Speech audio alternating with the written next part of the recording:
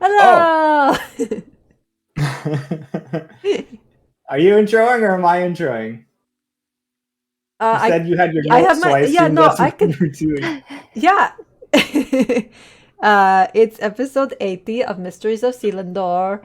I'm 81. 81, 81. that's right. I'm sorry. I have 80 in front of me, so that's what I said, but 80 was last week. So speaking of last week, your friendly local bard, Seti, will recap for you that we had dinner at Lady Hyacinth's. Oren shared that his dad is dead and is responsible for Brapsi being separated from her family. Her family, we have learned, is in Olympia, and that's going to have to take a back seat because we've got bigger fish to fry, unfortunately. We went our separate ways. Oren and Brapsi went to give the fire giant fracture to the Fire King and flirt with the Fire King's daughter. Well, not so much flirt. She flirted, and Oren was just very confused. So we'll put a pin in that too and get back to that later and see what happens. And meanwhile, the rest of us went down to the Jeweled Undercity to sell our giant opal. We got a shit ton of diamonds for it. We now have to sell the diamonds, but it's like the paperclip story. You trade the paperclip and you just keep trading up and up. So we're going to be billionaires soon. We also found Grimm's kids, the kids he met that time he got stranded down there, and took them back to Lady Hyacinth's house. I don't know how that's going to work in the long run, but for now they're staying with her. And we went into the Cauldron of Purity because it's the only good way to get into the next cauldron beyond that, the Cauldron of Life. And we found out that the virtues that are already in the Cauldron of Life have been having a really, really hard time of it. And Chaz does not look so Chaz anymore. We broke Chaz, guys. We broke Chaz. And I know he's missing an arm. No, Chaz wasn't missing an arm. Chaz was missing an arm. No, you said I know was Chaz, missing an arm. She said, I Chaz. know. I Oh, know okay, he's yeah. missing an arm. Yeah, I know is missing an arm. Yes, that's what I said. Yeah, I think you said Chaz was missing an arm. And they said, we can't dawdle here. We're heading to the OAC. OAC? OAC. Yes. OAC. I pronounce multitudes of voices. OAC. No, it's literally just an acronym. OAC. Yeah. Oh, So we just don't know what it stands for. All right, so that's where we pick up, I think. We're on the deck of the Jabiru. So as you guys head onto the deck of the Jabiru, Winnie Alcrest, your captain, says, "All right, everyone, find yourselves a seat. All the way full. Get those Zephyrite engines running." "Yes, Captain, got it running." From the other side, you guys hear this sounds of this massive hippo person walking up toward you saying, "It's good you're all back on the ship." Yeah, it's good to see you guys. "I missed you all." He pats you on the head. "Glad to see you're alive." Yeah, likewise. What are things like down here? I mean, business is booming. It's like a resort. People are coming now and traveling, seeing the sights. The anchor lifts, and you guys see the ship begin to sail, like just on water level, begins to sail out from the port of the gap and in towards the center. And he's like, "Oh yeah, lots of things have changed in the Cauldron since you've been away. Yeah, Lots of things. We got our ship all fixed up. We started a chartering business, getting people around the resort, as you're calling it. Yes, and we've made quite a bit of cash. Not that it matters if we can ever get out of here, but, well, we can go do business within Coralweave. It's just the ship itself that's trapped." If you want to get out, we do have some pool in the Nexus now. I might be able to find somebody who has the magics that could get the ship out intact. If you would like me to ask around as a favor. That is something I might be interested in at some point, but in the current circumstances, I'm quite pleased being, well, having a monopoly on flying ships. Sure. If you're making lots of money, why not just buy second ship? Well, Also an option. That is a very good point. Unfortunately, I'm low on manpower, as it were, and the ability to keep tabs on a new crew that's operating outside of my realm of influence around Selindor without me being there. It's Or it Not could the be way I like a usually summer do ship. You know, this. some people have a summer home in a different part of the country. Like you could have a ship down here when you want to be working down here, and then a ship up there when you want to be working up there. Well, it's certainly something to look forward to in the future. I Yeah. won't lie and say that I haven't thought of it. I did want to ask if there has been anything like fishy, weird magics, trouble, any kind of bad stuff. Everything here is fishy. Look around you. I meant the other kind of fishy. And you guys listen to the sounds of the whirring engine as the ship begins to lift up out of the water. You can hear the sounds of dripping going from below as it picks up into the air, and you guys begin to see the cauldron lift or fall below you, fall away from you as the ship lifts into the air. So nothing, weird or dangerous has been happening since we left. Within the cauldron itself here, nothing. Okay, good. Individuals have begun moving to the other cauldron. Yeah. And so speaking of which, I know we said to go to the temple, and we all kind of. I want to make a case after what I just saw. I think we need to go help the virtues immediately. I think we need to forget about the first key part here. I have an idea about that, but since we are moving in the ship, I think we should go straight to the Cauldron of Life. I don't want them Cauldron of Life. Well, that's a very different destination than you originally... Yes, but I need to clear with the rest of the group. I really feel bad Talk leaving. amongst yourselves. Oh God, Krug! Find us a nice air pocket to coast. Says, aye.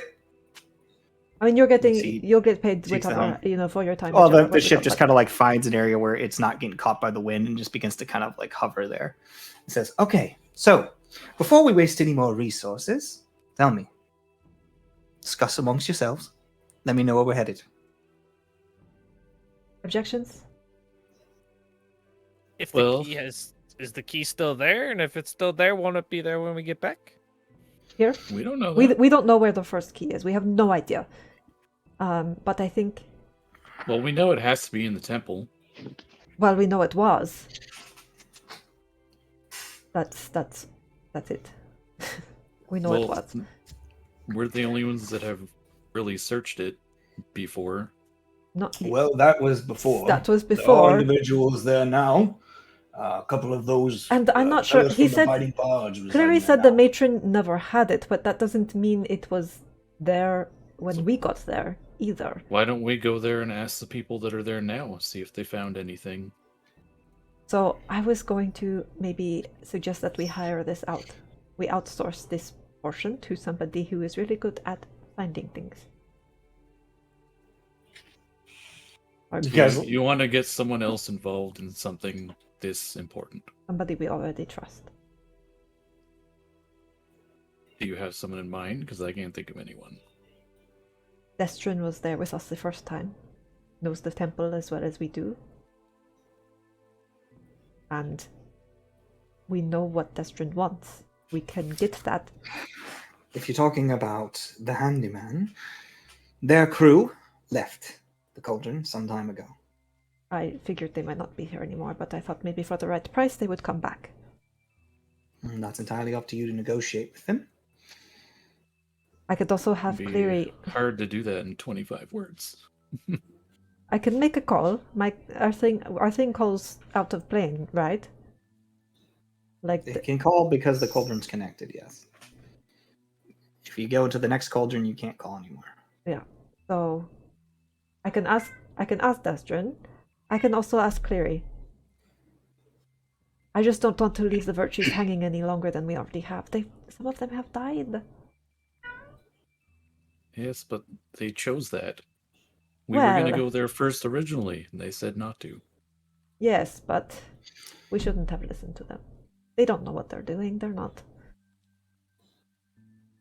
professionals. Well, last thing you said, they were going somewhere to hide out, right? They said they had to go to the OAC. They couldn't dawdle, but that doesn't mean they're going to be safe there or that they're going to survive getting there. Well, we don't even know where there is. Well, we won't until we get in there. These cauldrons aren't tiny. We're not going to find this place immediately. That's why I want to start looking sooner as opposed to later. I think we should go to the temple first, at least ask the people there if they found anything noteworthy. We don't have to stay, but we should at least ask. If you're worried about time, though, remember that time here moves quite a bit faster than anywhere else.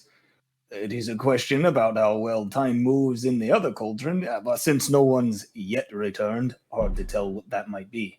But, as far as we know, currently here it's still a month for a day.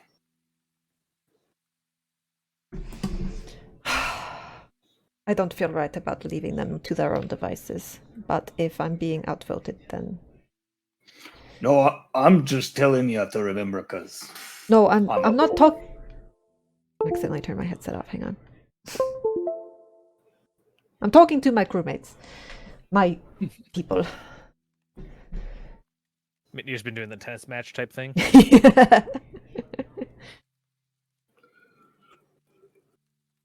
Nobody else has an opinion. I've said my opinion. Nope. There's Grim's nothing else just to kill in the getting temple. scritches. No, the temple's out of things to kill. I'm gonna go kill stuff. Rapsi?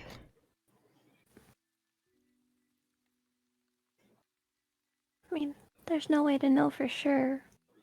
If since there's nothing to fight in there, it probably wouldn't take terribly long. But I don't know. I don't feel right about leaving people in danger.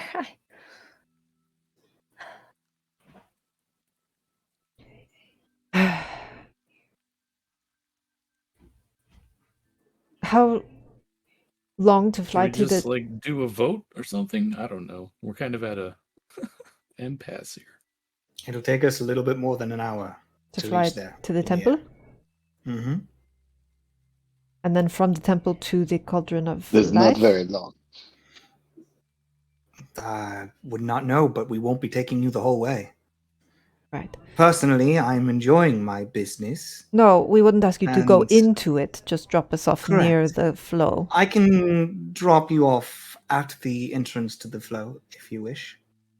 And- Otherwise, How long a flight is that? probably another... From the Cauldron Center, probably about 2 hours to the edge. Alright, so that's 3 hours travel time. Alright, let's go to the temple and ask around, but I don't want to spend the night here. Let's see what we can get done, and then I'm calling Cleary or Destron or both. Did you hear that, Krug? Yes, Captain, I'm getting it going. It says, finally, we're underway. You hear from up above. And then the entire ship's sails furl and open up. And they begin moving through the air again, with their makeshift blimp sort of helping with the buoyancy. Oren's just gonna walk next to Seti and just be like, I understand the urgency that you're trying to tell us, but I find that we've been rushed from one crisis to the next, barely given any time to breathe, and we've probably missed many important things along the way. I just think we need to take our time a little bit this time and try and see the path before us before jumping in. It's just a lot harder to... It's a lot harder to take your time when there are lives on the line. I understand that, but there are always lives on the line. Then The I'm entire always world going is to on be the line. rushing.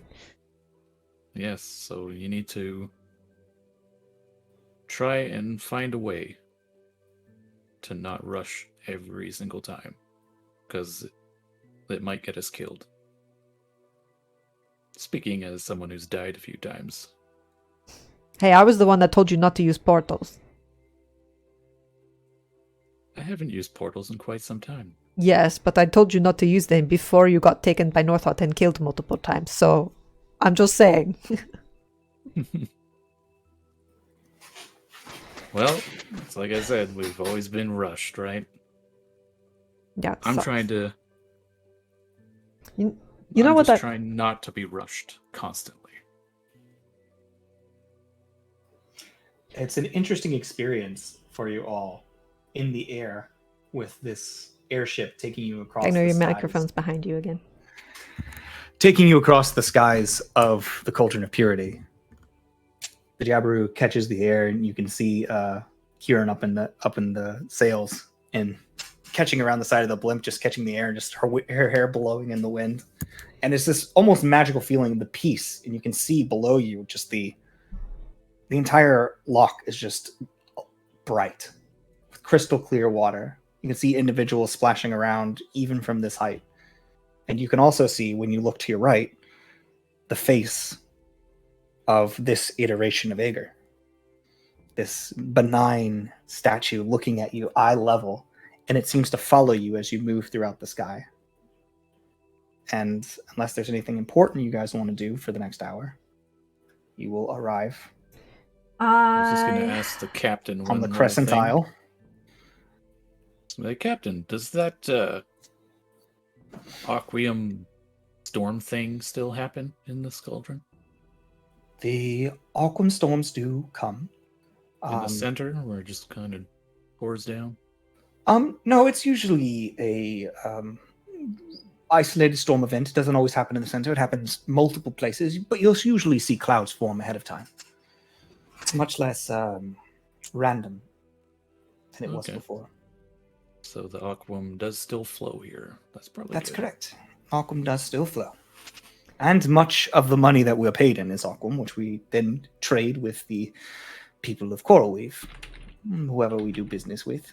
Most recently, we've done dealings with a few of the Dons. That must have changed a lot in Coralweave then, because the Aquam was always so scarce there before. Well, the ability to trade it freely directly from the Cauldron and the stockpiles that the people here have made them quite rich. Well, that's probably a good thing. I know It is. personally I've done some pretty neat things with Aquam, so economies should be prospering. Impressive. I do see you've got lots of gadgety things among you and your crew. Shiny bubbles that seem to have that same Aquam-like glow. Impressive. I do believe that there was a member of the Binding Barge, Cressus, I think it was, who had also a bit of the artificer bite, as it were. She also does quite a bit of work with Aquam. I am well aware. Oh, good. Well, I'm sure This is you'll be Orin's happy to face. speak to her when we arrive. I believe she is one of those members of the Biting Bard stationed within the temple. Orin definitely did a little cringe when he said that. Says, well, goes back to her duties. Is there anything else you guys would like to discuss? I would like to use the crystal ball while I'm still attuned to it Okay. to scry on the matron. Okay. So you go to scry on the matron. We'll see if it works. Is it limited to your plane of existence? Oh, yes, it is. Then when I you don't go to know. scry on the matron, it does not scry. Okay. Just checking. I want to. And then I spend the rest of the trip unattuning from that and attuning back to my normal stuff. Okay, there is something that we forgot about, and I'm going to retcon it a little bit for Kita specifically. Kita, you did get that amulet of proof of detection that does not require attunement. I did? Yeah, because you guys could have picked that up the next day. And you forgot because there was a lot I going on. gave him a hug. Okay, well, he erased your memory of ever giving him a hug. And you've got your attunement slot open. So that's something to note. Wait, we did that I have from to a pay for Drizma? it? Because we didn't Yeah, actually Drizma. we didn't Yeah. establish the price. I believe you did establish the price. We did not. He said a pint of my blood and did not say a price. I think that was the price. No, a pint of the was- blood. It was an amount of money. I don't remember what it was. I believe it was 2,000 goldish or 200 platinum, maybe.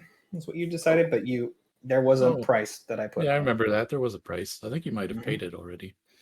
Oh, You did had I? paid it first, yeah. And then I think you gave the blood later. Yep. And had it Okay. delivered to him. Okay, I so forgot about that. Thank you. as you guys, carve his stick at the front for that hour. you're gonna continue carving the stick. Yeah, As you start working on it towards where you are at the bottom, you find that you can only add a little bit because it hasn't been very long. So when you go to carve it, you don't feel super inspired, but you add more details to what's there. So go ahead and make me a check with your tools, which would be, I believe, dexterity. Is it dex? I don't know. I think it's dex plus proficiency. Woodcarver tools. Oh, Doesn't say what I should roll with. Just roll dex with proficiency because that's the typical thing for fine tune. I got it out of the way. I got a 3. 3? Did it. Yeah, you start to carve on it, and then like everything you do, it just won't carve into the wood. Like every knife you take to it. 7. Either way, every time you try digging and carving into the wood, you just can't get it to like the wood to work with you. And you get vague shapes, but you just can't conceptualize the next part. And I think at this point you are looking at your stick and you're like, when the fuck did I carve this? Yeah, no, it's just like back on my back. Yeah. All right. Wonderful. So as the ship begins to lower down into the woods, you guys find the bottom or the top of the temple rising up to meet you, and a sort of rope ladder gets lowered off the side, and sandbags get laid out and tied off, and the ship is docked, as well as it can, over a forest. And you guys have the run of the Temple of Purity. Right. Once you come down, you find that there is a statue that is already made. And there, as you approach, you see that there's a single piece missing. And there's an individual there, just a common fish folk. And as you guys approach, he says, heading into the temple. Probably. How familiar are you with the temple and the people that have been in and out of it? We're looking for somebody who knows more than anybody else about this place. Cressus has been working very hard to learn about the devices inside with the bosun. Bosun sounds right. Okay. The guy that gave me the beans. Do you know where we could find them?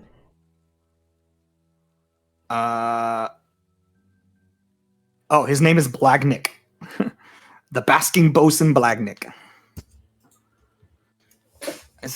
Yes, they'll be inside the temple, working, and there are a few other individuals helping, those with a bit of arcane knowledge and the likes, to make use of this for the war. We also have a few visitors from Selindor proper, who are here in the aiding of such ventures. I see. A couple of individuals have traveled here from the risen mind of Istrandi, who seem to know quite a bit about arcane text, as well as a few members of other Selindor schools who have arrived here for study. I see. All right. Thank you so much. That's very helpful. I suppose we should go talk to these people. Oh, well, then I'll finish it up for you. And he takes a crab claw and he sticks it on the last arm, and he watches the door opens up. Or whatever it did. I think there was like something involving a gemstone. He goes through the process. He sets you up and then he guides you inside. All right. Okay. So as you guys make your way in, you see that most of the vegetation has been cleared. There are no more zombies. There are nice lights, some of which are just torches that are hanging there. Some of them are actual devices that seem to be emitting a blue glow. Maybe they're aquam that has been enchanted to create a sort of light. So there's like a mixture of like blues and warm tones throughout this place. But otherwise, it looks really well refined based on your memory of what this place was, which was just full of vegetation and zombies and brackish water. And they have gotten the entire thing running clear. And so the little rivers that run through this designed temple are actually glowing slightly. and you can see that there are multiple individuals in different colored robes moving around. You see an illithid just hover right past you and give you a nod as you guys move about the space. Well, it's like Definitely looks a little nicer since we were last here. As you guys make your way through, you do see, because this place isn't all that big, once you make your way inside, you do see that there is Cressus and Bragnik are sitting at a singular table, and they are messing with a couple of different devices. And you can hear Bragnik even from like all the way on the other side of the temple just going, "I'm not sure about that. I don't think it'll line up nicely." She says, it doesn't have to line up nicely, Bragnik. It just has to do its job. Says, but I like it to look nice. think we just beeline. Steady beelines for these two. As you guys make your way in, you see, he says, "I'm gonna fix it." She says, "Not with that." And he takes the dwarven hammer and just like snaps a piece of metal in front of him. He says, "What did we learn?" He says, "We learned that hammers don't always make better." That's what we learned. And then as she comes in, you see like this, these sort of flappy fins. No, it's broken. How big is this thing that he just broke? It's just like a little pipe with like a glass vial, so the glass is completely shattered on the end. It's Can like a little like cast tube, like you would see in mending a on it? speaker. Sure. Yeah, I'll cast. So you come in and go, and the glass just like fixes itself and goes, the hammer made better. No. That was me. Lifts. Oh. And as Cressus catches your guys' eye, and you can see she's got this little bandana on and everything, and fingers are just covered in like this blue ichor. And then she goes, "Oh, Hi, good to see you again. so good to see all of you again." She We- winks at Oren. Oh. He shudders. We had To what do we owe the pleasures of the heroes of the Cauldron of Purity? Oh, well, there's a bit of an urgent matter, you see. When we were here the first time, we came through looking for something immensely magical, immensely powerful, and we were under the impression that someone else swooped in and stole it away and took it out of here before we could get it. It turns out that person never had it at all, so now we're wondering if anybody has found anything in this temple that might look a bit like, and I'll describe what the other piece of the key looked like. It was, I don't remember what it looked It was like a personally, rod. but it was like a rod. Yeah, it Yeah, was like- Intricately hewn rod.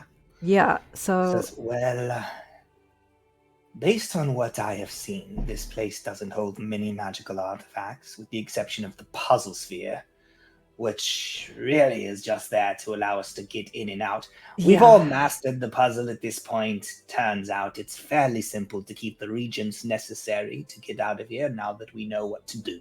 Yeah. It was a bitch the first time, let me tell you. Oh, yes, but luckily the gemstones have remained open. So we're able to exit and enter when needed, and the investigation for any other magical matters has pretty much been moved over here. But I do see a specific place within the platform where a rod, such as what you might have mentioned once may have been. Yes, the platform. There is an empty slot in the very center of the circular platform above the whirlpool. Yes. Yes, It that's is exactly empty. what it would have been. Was it? So whatever it is no longer here as far as I'm aware. Well, that was my impression too. We have made some progress in understanding how to make these machines and Aquam function together, which is quite useful for the war effort. You can see like there's a bunch of like these different colored robed individuals surrounding the massive vat The war that was on effort. that. Well, you see, a lot of members from the Nexus made their way down here during the time you were gone. Right. And they have explained to us that we are fighting some sort of thing. It's unclear specifically, but they call it the Watcher. Right. So, in the war effort against the Watcher, we have made quite a bit of progress in utilizing this thing that has been left to us. And what does it do exactly?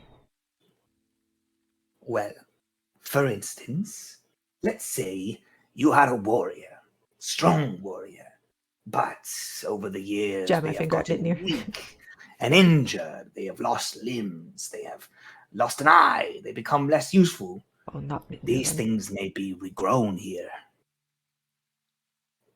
You can regrow like eyes. They help to refill that which was lost or cure incurable injuries. Ah. It is a place where you may bring dead flesh back to live flesh. Well, I mean, like the zombies or like an actual resurrection. Well, we are still working on the exact limitations of what it is capable of, but I have seen a zombie that was at the point of utter decay returned to a fresh corpse. Right. The soul is something very different. I see. Interesting. I can see where that would be very useful. And certainly, I mean, I know where I'm going if I ever get an arm chopped off. Indeed. Into the pot with a bunch of salt. Ew. Well, anyways, those are the fair bits of information we've learned here since your leaving some 6 months ago. God. It's been a long time then. Do you have any idea who might have come into this temple between us and you and your team? Your people? The first to arrive here were us, dependent on your message. Right. On our arrival and seeing what you had already opened the way for, most of us left and then returned again later. None of us stayed gone for more than half a day once we realized the time disparity. With the exception of the Moko twins. They're very sweet. Well, shit. I'm not sure where that leaves us. It's hard to Yes, say, but let me know if you're in need. Would there... I probably need to talk to Clary. Maybe Destrin maybe took it? Well, I'm going to give her a call for sure, back on the Javaru. She was pretty sneaky, so it's possible that she has it. Is Or the way to the other might have level seen open? something. The way down below? Sure, you may Yes. go anytime you wish. Good. We Grim's gonna simply take open Ernie and and go close down the there. doors as necessary via the puzzle cube, but they remain open now. Well, I guess we might as well take a look. Okay, as you guys make your Remember, way down there, Mitnir, we cheated going through it last time. Maybe there was something in the area we cheated through. as you guys get back to that same area, you see all the familiar levers, and there's an individual just sitting there. Once again, Is you see that he's wearing gray robes, and he's sitting pretty much just next to these 4 levers. his It's job like- is to just hold it open for people? Oh, hey, you guys going through, leaving the cauldron? Well, no, we're not leaving. We wanted to take a look around, so... Oh, sure. Well, as you guys should be aware, it can get a little dangerous here. Oh yeah, no problem. We're the ones that so- opened it in the first place, so we know. We've been through this before. Okay, cool. Well, I found that the safest path is the traps only one. So just take one of these, and he gives you a big chain, basically just like rolled up chains. He says, when you walk through, just throw it over at the first section, a first turn on the flat area, make a right, take it back when you get the rest of your party across, and then lay it over the next section before the door, and the door will be open. That's the easiest way through, Okay. safest way through. But due to the reset, I will need you to take that chain mat and lay it outside by the exit. Don't take it with you. Right. Okay. I'll claim it later. Well, we're not going through the exit. We'll be coming back. Whoa, oh, right. Well, I guess just knock on the door real loud. Most people don't come back through. Yeah. Thanks. Yeah. So it's easy enough. You guys have been through this place before. Yeah. You easily make it through to the other side. And as you do, you see the same familiar area, and the whirlpool's still there. The glowing is just like lowly humming and pulsing. It doesn't require to be reactivated. It's just open and whirlpooling. I want to go look at this, platform thing. Gonna look around. I'm trying to see if I still have that The map. map. 24 perception for Grim. Yes, I do still have that map. Okay, I have it 24 memorized. perception. Yeah, you don't see anything of real interest. I will.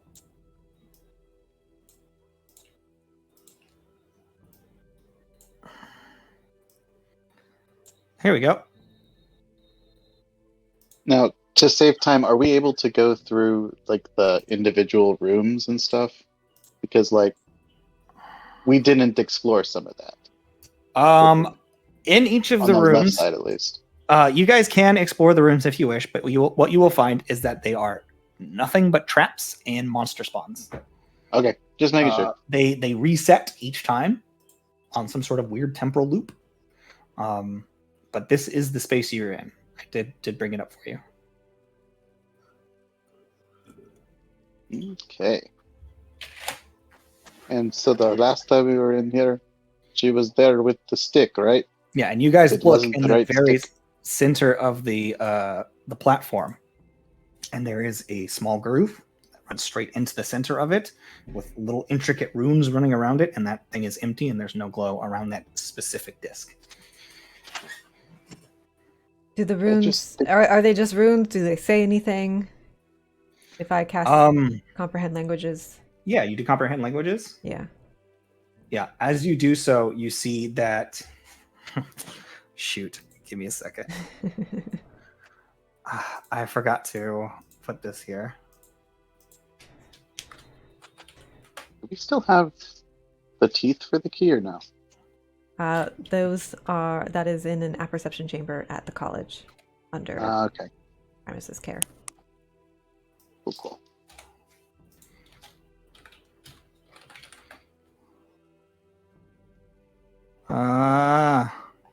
No, that's not what I want.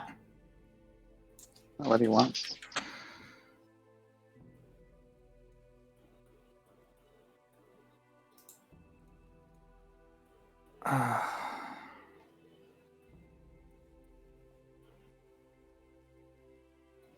Never Oren, how mind. much aquam do you have left?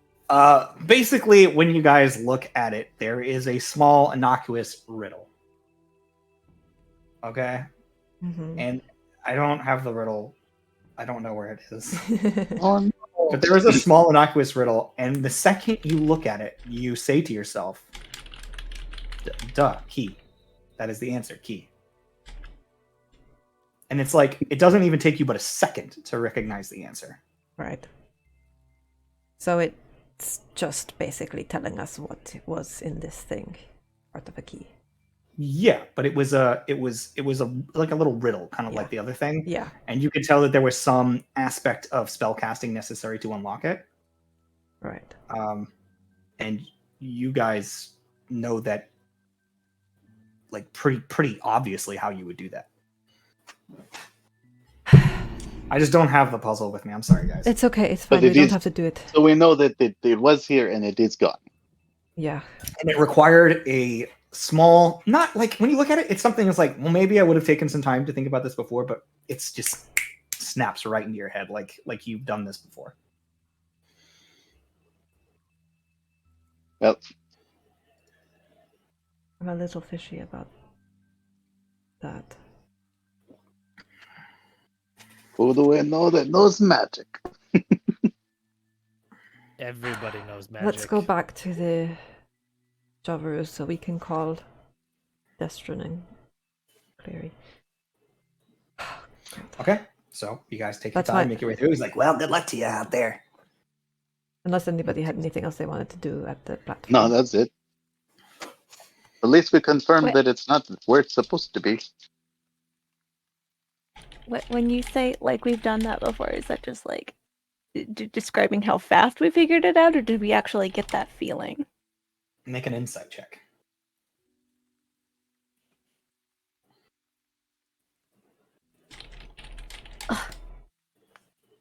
8. It's okay. It happens. You all didn't the even. You time. weren't even reading. You weren't even reading it. Yeah. Okay. You're just thinking about like you're just thinking about like all the stuff that's been going on. Everything's very. I'm just real overwhelming. hungry. There's been a lot going on recently. You're thinking about your family. You're thinking about this and like this riddle. Like you know what's going on, and like yeah. Okay, sure. But like you just can't really. Okay.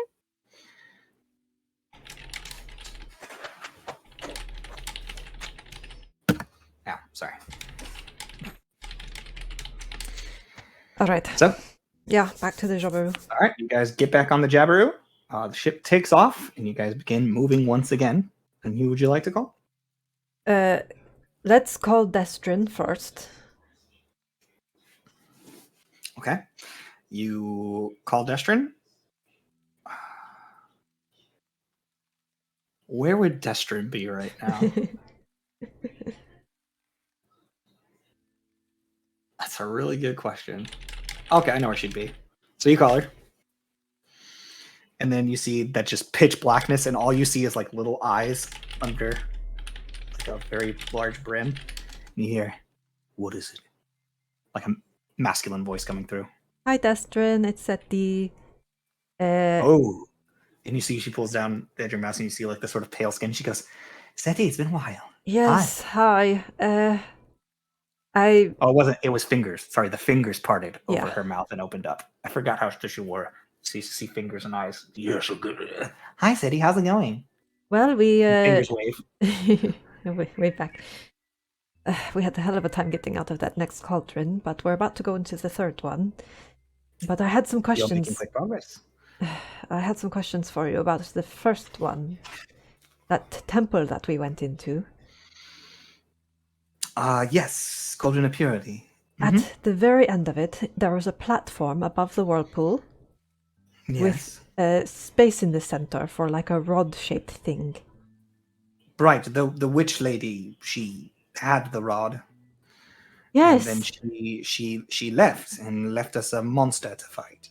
yes. Yes. Do you remember anything about the moment she vanished, or specifically what the rod looked like, or anything weird? I Or- remember the rod. It was it was sort of like a dark metal, and it was intricately carved. It was very alien looking in how intricate it was, but it was about 2 feet long, and it had about the same thickness as a large polon would. Yeah. Right, because I could have sworn she had it. But we have information since then that says she never had it at all. So I was wondering if maybe some kind of magic went down that like swapped it out and it wasn't the real rod, or something happened in that moment that got like... I need to find my dice so I can think. I just wanted to confirm with another set of eyes that was outside our group. I shall see Because a lot was if happening. I in that remember moment. anything. That didn't I quite- can't get my D20s out. Okay. Natural one. So she says, "No, as far as I'm aware, witch took it, and I think she got it before we even got there. She slipped past us Yes, somehow. she Maybe did. she moved extra fast. Quite spry for her age." Something weird happened. Or No Val, doubt. Or Val lied to us about her never having it. I don't know who Val is, but Alright, Cleary. That's a long story. Oh boy.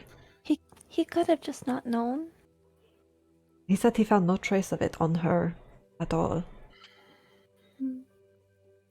I don't know. I mean, that thing All did right. give off quite the energy. You can tell just Yeah. by looking at it. Hmm. Yeah, you can tell just by looking at it. It was an arcane artifact of some kind. It emitted alien energy. Are you up for a very tricky job? Depends on the price that Well, you're offering. But The boys and I are always up for a bit of work. we need to find that rod. I can ask some other people if they can work some magic to turn it up or trace it somewhere. But I know you have unique I can look skills into on it, your own. but I have left the Cauldron some time ago. I am in Necrom District.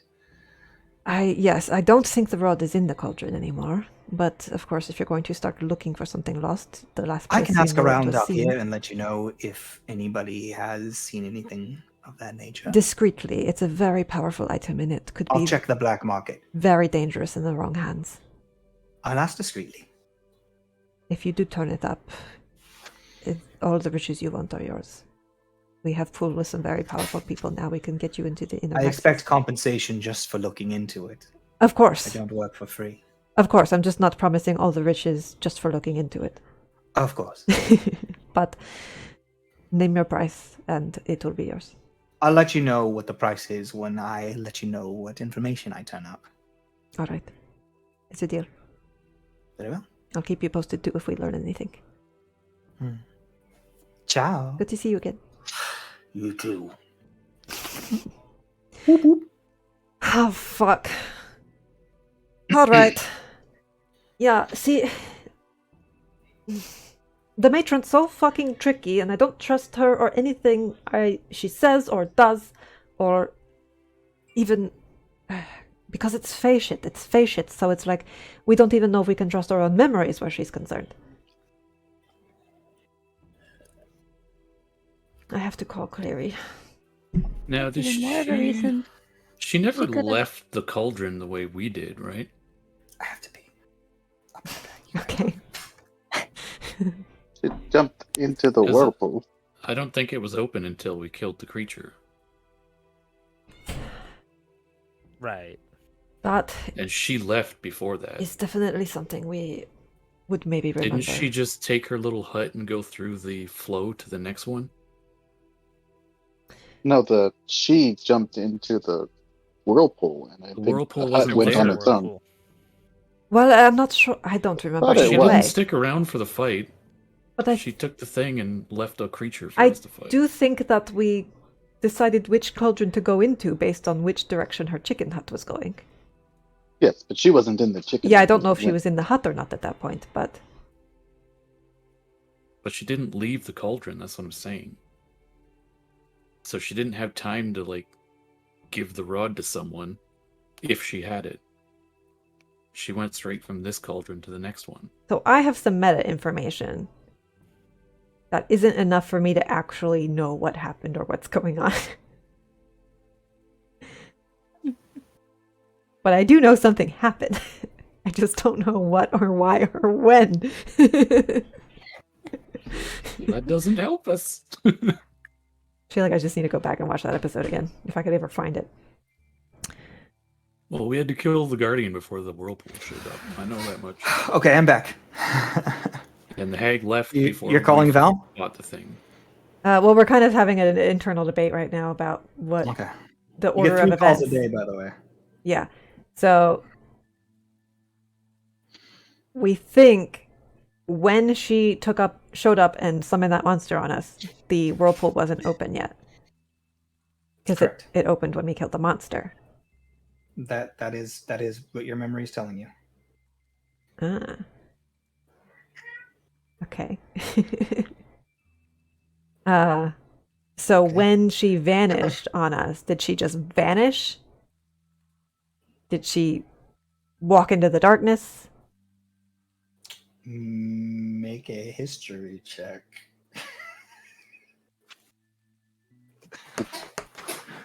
Aren't that just being? I thought memories things were just Natural 20 for a 24. or that.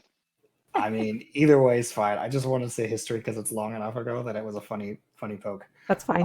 Natural 20 with a 24. you remember thinking about this, and every time you try to think about it, it gets hazier and hazier. There's static surrounding her words. She did something, or somebody did something. When she left in a whirl of wind. And she vanished from the place before the whirlpool opened. You can make me an Arcana check to identify how she did it. Absolutely. Guidance? Obviously with Can I get a guidance? Boop. It's probably not going to help. That's a 10. You're not familiar with whatever magics she used. Just for shits and giggles, Orin's gonna reach into Bropsy's bag of holding for an intricately carved rod. See if anything comes out. You try to reach around in her bag of holding and nothing pops up. Try mine. Just. And as you reach around in your bag, you feel something cold and metal come across an inside of your hand. And as you pull it out, an intricately carved 2-foot-long dark metal rod. Are you serious? In your bag. What the fuck? Well. Orin, how did you know to do that? What? Well, I don't. Someone did mindfuckery on us. I don't like memories. And Gagnor after reaches Orin into spent both all that bags time looking for a convincing us to sandwich. come here, we already had it. Oh my Honestly, I God. didn't think it would work. I just thought it would be funny. Oh my god. Why did it work though? What happened? What happened? I don't know. We don't remember, apparently. Get out of my trash. Maybe put it back in the bag. Is for that now. the rod? Wait, Yeah. no, hold Oh, on. yeah, definitely put it Didn't back we in. use that to? Did we use that to open the doors before? No. This is There was a diff- rod we would stick in something. That was a It was different We had to rod. move the Gem. rod. No, there was a rod that we We used didn't as a get lever. that. The only way we could have got that was at the end of the temple before leaving. This is definitely the rod you guys saw the matron holding when she vanished. Fuck. All right, I'm calling Clary. Maybe the Get out of my trash. The bag. Well, she does that. Perhaps she's gonna pull out a piece of paper and write down this shit in case any more memory shit happens. Okay. Yeah. Something tells me that Bropsy has really bad handwriting. I don't know why. Wow. Chicken wow, you're scratch. making a stereotype about chicken scratch? Yeah, That's fucking racist. It's literal chicken scratch. We've already established that Bropsy taught children, okay? She specialized in Doesn't mean handwriting. that she taught them well. I mean, Have you seen children's handwriting? Mir still writes like a child. you haven't helped To me be here honest, once. my handwriting was better when I was in like 4th grade. Okay, so All right. you're calling Valhadran. Yes, I called You're Valhadra. calling Cleary. You're calling Cleary. Damn it. You did say call Cleary. Yes. So you call Cleary. whatever. As you do, you see his blue face appears, and he goes, "Yes, Seti, how can I help you? Is there everything okay? Are we fine?" We're fine. I have a bit of a. I don't know how much I want to say over communication like this, but we have the thing that we thought the matron had. Somehow. Oh, you found it. Good. Well, it was in my Well? bag this whole time. Right? That's weird. That is weird. She definitely had it, and What? then she That's left. the thing. I think my memory got fucked with because there was a riddle there, and it like the Well, answer if she came. fucked your memory, she must have fucked mine too, which is quite a feat. Yeah. So I thought you should know about that, and Well, definitely don't communicate via these means again, okay. as these particular means of communication are sourced from the powers of Selindor. Fuck. So I shouldn't have said anything. Well, I'm I glad mean, I know. Well, I will, if it is all right with you, inform your father. yes. He can steer the weave away and potentially hide this conversation. Okay, great. Because it would be would be a shame if anybody found out about the surprise birthday party. Right. There's gonna be hats. Well, we don't want to say Cake? anymore. We've already Is there given gonna enough be away. cake? Well, You shut up. We don't want to give any more away. He takes a second. He says, "Yes, we certainly shouldn't let Northought know about his surprise birthday party."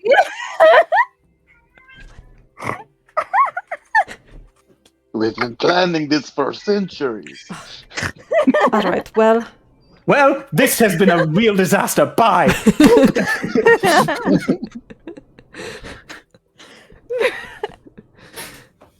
Oh dear. So was that a yes or no to the cake? We'll get cake after the cauldron. hang on. While we're traveling, hang on. I have a thing now. I'm going to reach into my the bag of bounty Okay. and attempt to pull out a cake. Okay. What level of decadence would you like this cake to have? I would. Well, okay. I So believe you mean opulence. Well, I use decadence for food. So- that was the word that they This- said there's when we a- were watching last night. there's a whole big thing for this. Okay. There's So I don't want a poor quality cake, which means I have to roll. Correct. So I'm making a charisma check. Mm-hmm. It's just a So what flat quality are charisma. you going for? You say what quality you're going for ahead of time. If you do not make It that doesn't roll, say that. that is how the item works. No, it just Yeah, says. you have to say what quality you're going for, because if you don't hit that quality, it becomes poor. It becomes poor. That is how If you the have a item mark works. of, you can draw your feast from the bag. You shape this meal with your thoughts. You can create a standard bland fare without requiring any sort of check, but you can attempt to create finer food by making a check. If you're proficient with cook's utensils, add your bonus. A failed check results in a sour and squalid You meal. set the DC by saying I what say, type you want to pull okay. out Well, I want. before you roll. Okay, I haven't looked at my results yet. If that helps, but I can roll Yeah, again. look at the results. I want to go for a comfortable cake, which is middle of the road. Rossi's guiding me. Are you making a cake? says- Oh my god, that's so impressive. I'm pulling one out of a bag, which is even more impressive. Yeah. That's a 19. 19. So- Well, I assume that is Yes, a that would've- very that would've been- comfortable cake. I could have gone full bore Well, and we would have pulled it off. But this is a Probably, comfortable cake. yeah. This is like the kind of cake that, like, Your mom makes. well, I was going to say if your mom's a good baker. No, it's the kind of cake your mom makes. You know, it's good because your mom made it. I would No, say you don't my know mom if it's my mom bad. makes modest cakes. This is a step above that. Get the hell out of here. This is like a grocery store bakery cake. Anyway, I pulled one I out mean, of the bag and plop it down. There, now we have cake. Okay, so you have pulled a cake out of a bag. That he I don't, immediately. what It's is your just like- bag shaped like, by the way? What does your bag look like? So Dad's was a fanny pack because Right. that was appropriate. I think Seti's is. Oh man. Fancy handbag. The first thing that came into my mind, it's not It appropriate could at all be for a this. picnic basket. Yeah, I think that would probably But a small. like Like a little small small enough to hand. fit in the bag of holding. Right, yeah, a little tiny picnic basket. Yeah, Like you know, like little Ghibli movies and stuff. Like how they Yeah. have like those little sacks. and- yeah. See, my first thought was like one of those Domino's pizza sleeves. No. This isn't that kind of game though. Yeah, Just sure. open the flap. and pull Picnic out a basket cake. is good. Picnic basket. Tiny picnic basket. The picnic basket of bounty. Basket of bounty. Yeah, I'm running away with my cake. Mitnir's just like staring after it in shock, just like I carve off There a was piece. no- Where'd Like- you get that? Well, I just bought it from. I like start slicing it, with like my dagger and like start. Oh, okay. Oh, hold handing on. out Okay, pieces. okay. Just- Can we do just this on the putting way though? blade We're oil already on the all way. We're over already it. on the way. Okay. Just Yeah, putting we're on blade the oil ship heading straight over. through that cake with your dagger. It's my Just- dagger. I mean, clean it. Do you not take care of your dagger properly? You can 'Cause if you do, prestidigitate you should her be oiling dagger. it. Yes, but it's not covered in like. it's just more flavor. Prestidigitate it and then put oil Yeah. back on it after. It's fine. Yeah, sure. And I'll hand some out to the crew of the. Yeah, Dagger as it's well. what kind of cake is it? Oh boy, Seti probably split the difference and did like a marble cake with like chocolate and vanilla marble. Oh yeah, it's chocolate vanilla swirl marble cake. Good. And then maybe like It is a tasty cake, guys. Everybody who has some. In fact, chances are you've never had a cake this good in your life, because even a commonplace cake it's a lot of sugar. Sugar is rare. But yeah, I got this from Red Wolves, actually. I commissioned it because I was really I'm tired. No offense, Grim. I love the good berries. They're incredible pieces of magic. But I was tired of only eating good berries in the last place. And I figured if we're going to get stuck in another cauldron, we should at least eat comfortably. Okay. Oh, now we can have cake whenever we want. And it's magic cake! Grim, you could have some too. Nothing got hurt to make this cake. It's all magic. I So don't that's a want good it. slice for me then, yes? It's sweet. I don't want sweet. Alright, well next time I'll pull out something savory. There's plenty to go around, yes. Cullen comes up and he's like, There's some for me, right? Of course! he just sticks his hand and grabs a big glob. Oh. Sticks his whole hand in his mouth.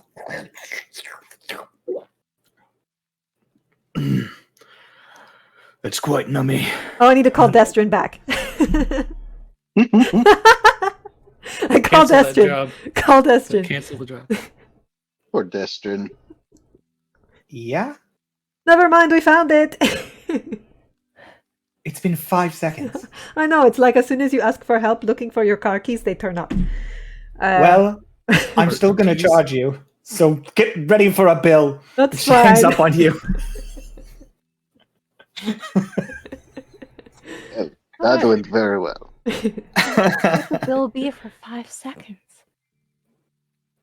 A No, bothering too fee. smaller than the bill looking for like Knowing her, weeks. at least a platinum.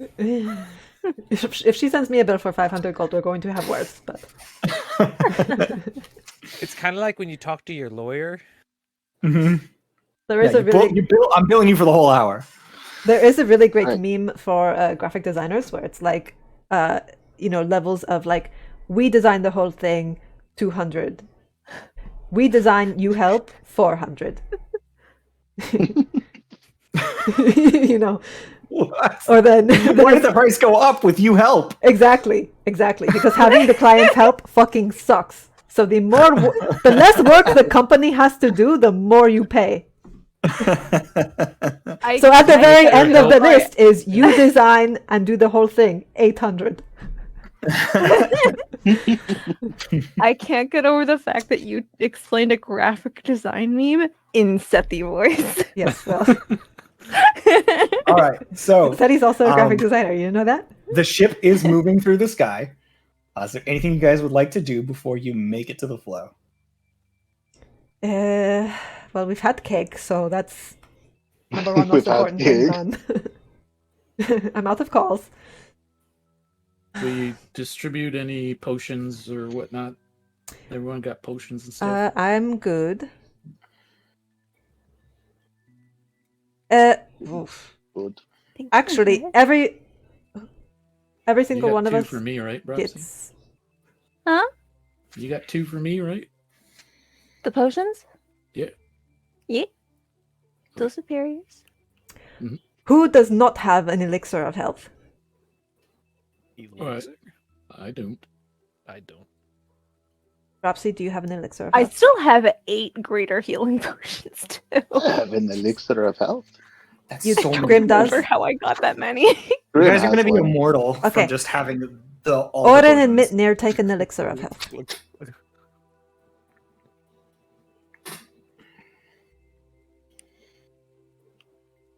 Yeah, and then I have Mm.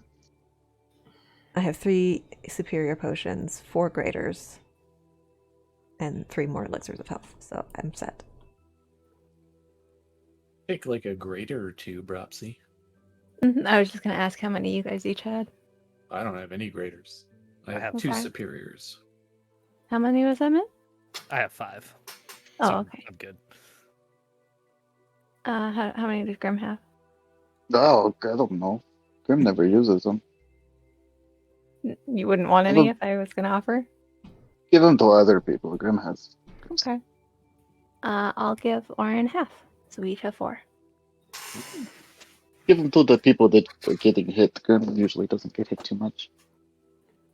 I'm going to hit you all so much. No, you won't. You gave me a ring of invisibility. I did not. Oh, that's right. The little rock lizard man did. That's a. If you told him that he was a rock lizard man to his face, he would probably cry. He's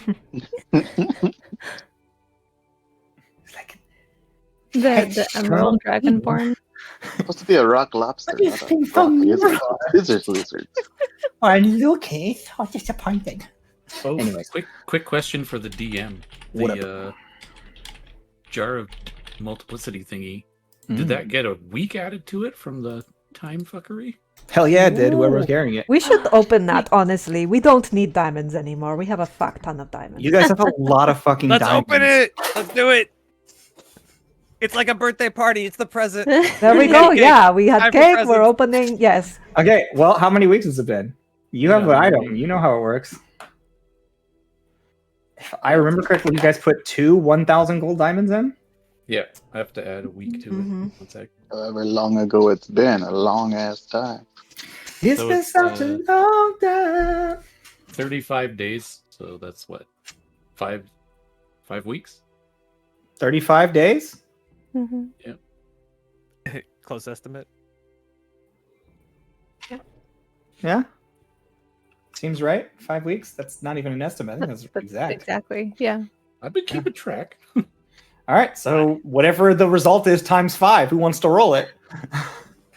I say that Bjorn rolls it. What's the odds? What's that roll? You've been What's keeping the- track of it, so. It's a D100, I believe. you roll what? 5 D100s? Just Guide one it. D100. It's a D100. Did you say I'm rolling it?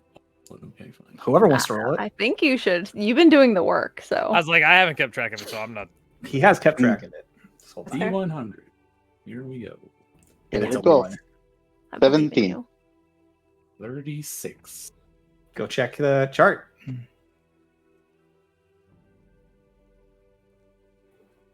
Now, the next question though is, what are we putting into this with Yeah. whatever the result is?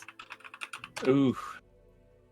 There is no result. It's still the same. As you Wow.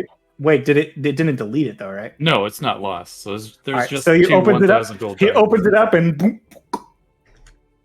2 1,000 gold You diamonds. did it wrong. Oh, for well. 5 weeks. One job and you did. Well, we tried. At least we still We've have got the 2 original 1,000 gold diamonds though. So Putting something else in.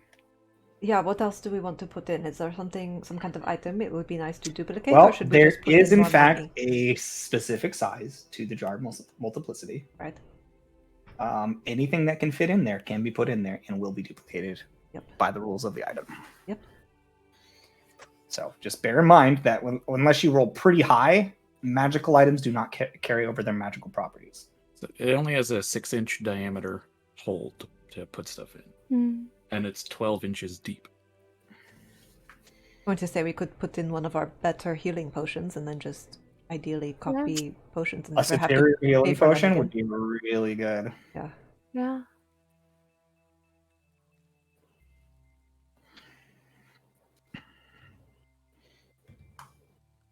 Is superior the best we have? Nobody has a supreme. Mm-mm. I don't think anybody has a supreme. That is gambling a lot of money.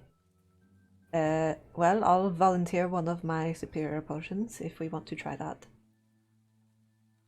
Does the whole potion fit, or do we have to like pour the potion in? Like, how's You just how's put the whole this- potion bottle in. They're not big. Ocean bottles are not more than 6 inches. Most potion bottles are about this big and like tiny little vials. They're like well, I was gonna say like a potion bottle, right? It could be like a huge base with a little tiny like top. no, it's not a decanter. They're not style. going to make you chug an entire liter. The Remember, potion, drinking potion one is bottles always in my fast. world, the potion bottles in my Bonus world action, usually drink have Like a 5 shot. milliliters. is basically about the size of a shot glass worth of liquid.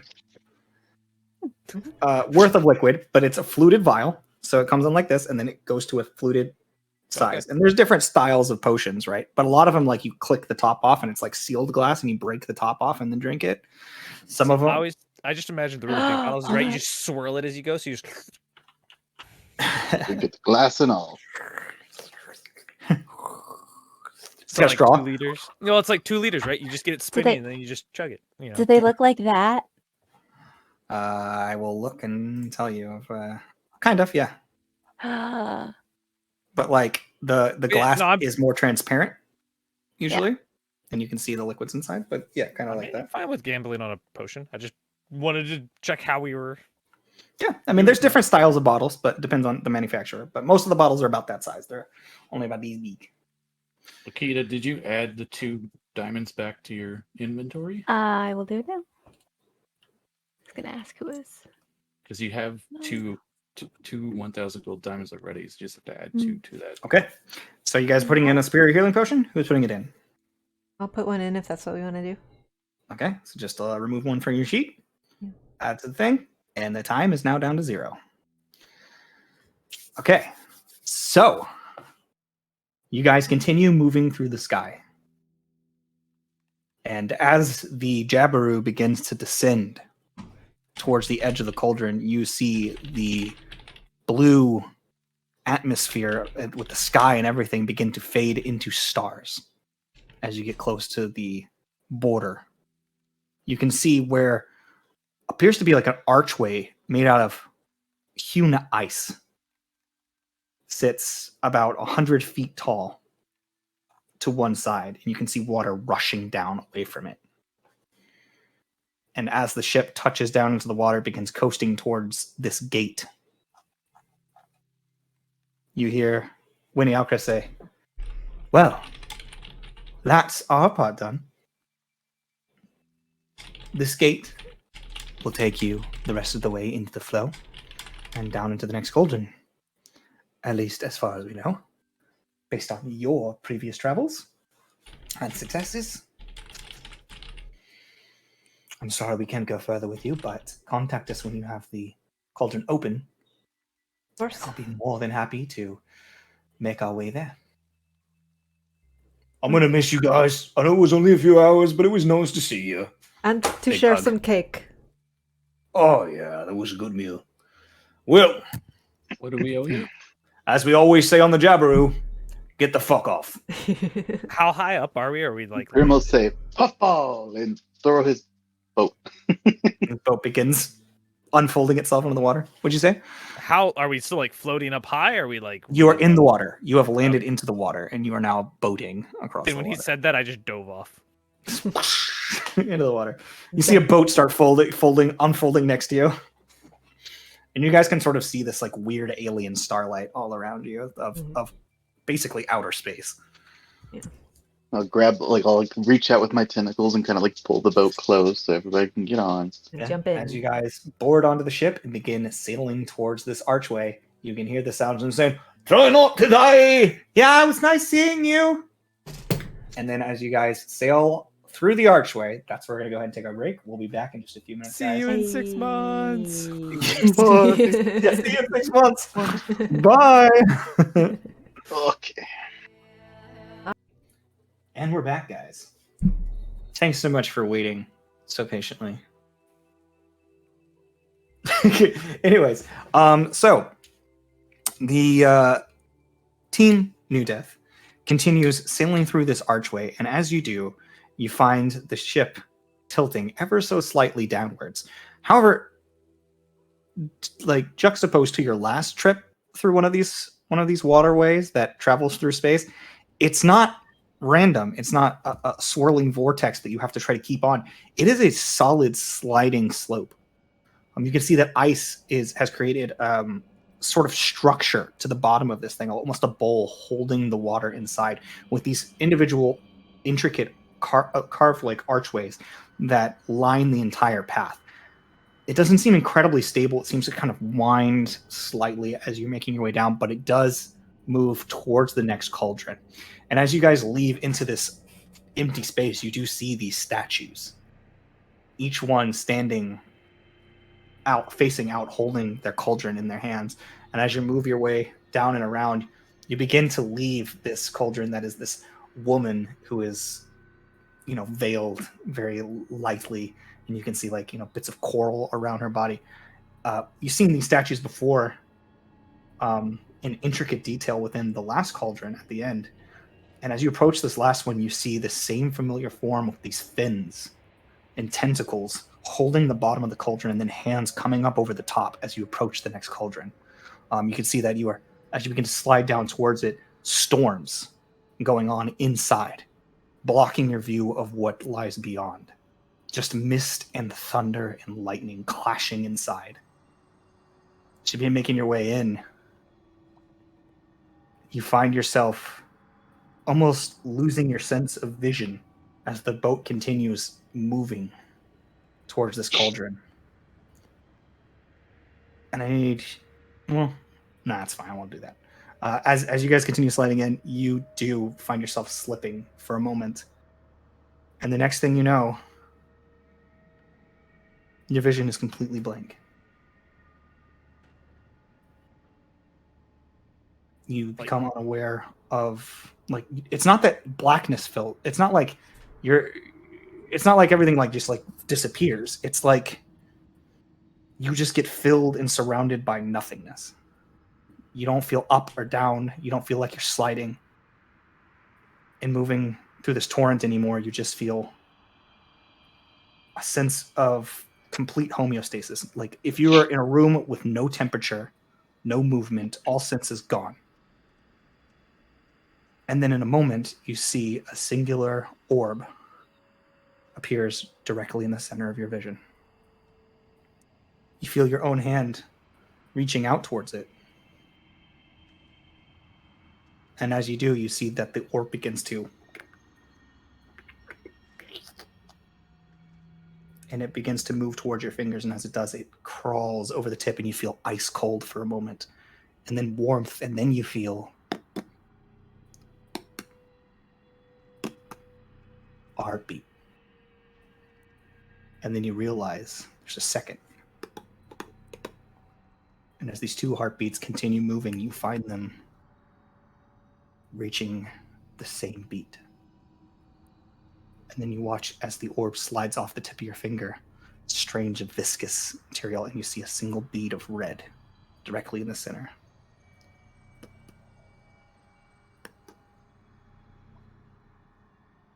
And then you all find yourselves opening your eyes. Roll a d4. Anyone? Not it. Not it.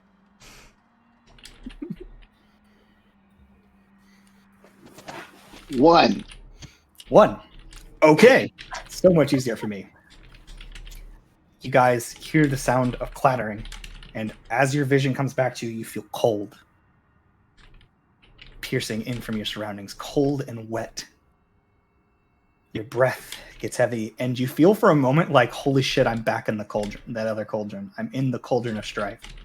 And you look around, and you are on a mountaintop. You look around you in all directions, and you see like these sort of dark rising cliffs surrounding you in all directions. Storm clouds up above, just gray skies.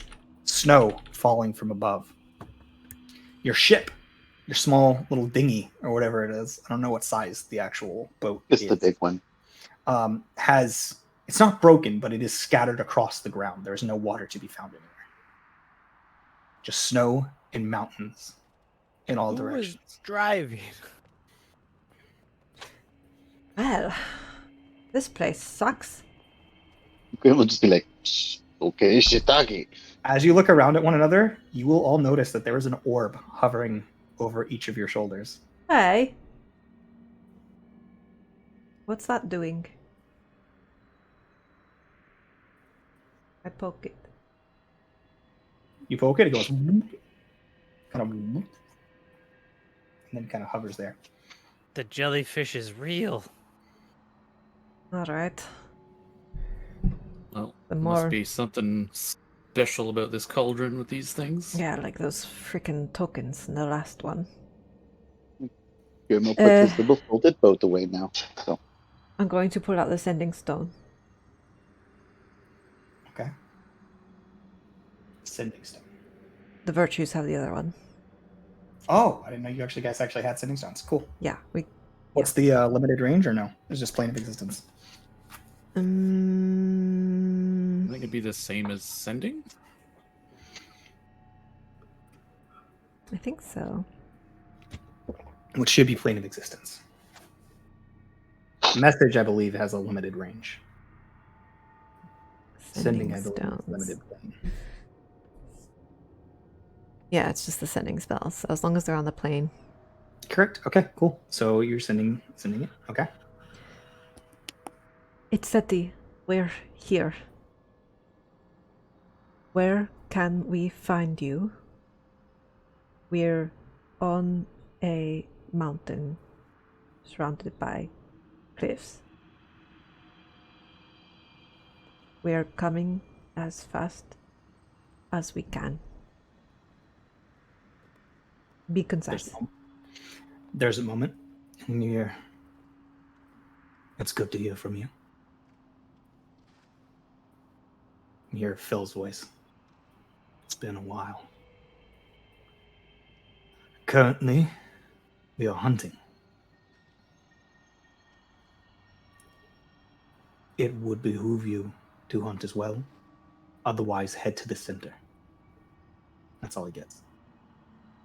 Alright, he said hunt or head to the center. And of course he said behoove. Where there's hoofed things, I presume. Or he just likes the word behooved. I had a question So you- though What's up? about the orb. You said there was a red bead in the middle. Did it look Mhm. like blood? It did. Okay.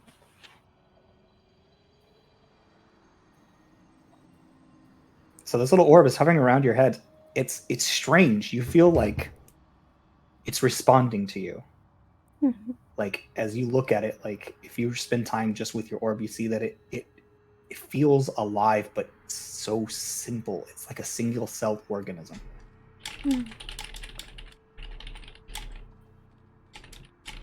Strange. It does appear to have the same viscosity and like the way that it sort of pushes against you as Aquam does. But you are surrounded by mountains and snow. Grim, can you check your seal to see if it has a map? Okay, for sure. Not like try to use it. As you pull it up, a circle appears in the cauldron shape, but all it has is the radius of your vision in the northmost section of the map. Alright, so we know we're at the north side. All right, we gotta go south We've got to head south. I or think hunt. all of our seals are the same now. I couldn't Mhm. remember if ours had a map or not. They're all the same now. They're all pearlescent. Okay. I spent all that gold for nothing. Ah, well. Well, you had a leg up on us for a long time. Yeah, your seal actually got downgraded. Well, But hey, you can go anywhere. alright, so we have to head towards the center. Do we want to do what we did last time and go bird back? Maybe you're just like, You don't have to be the bird again, maybe. Okay. If you guys are moving throughout the cauldron, I'm gonna need some d10s.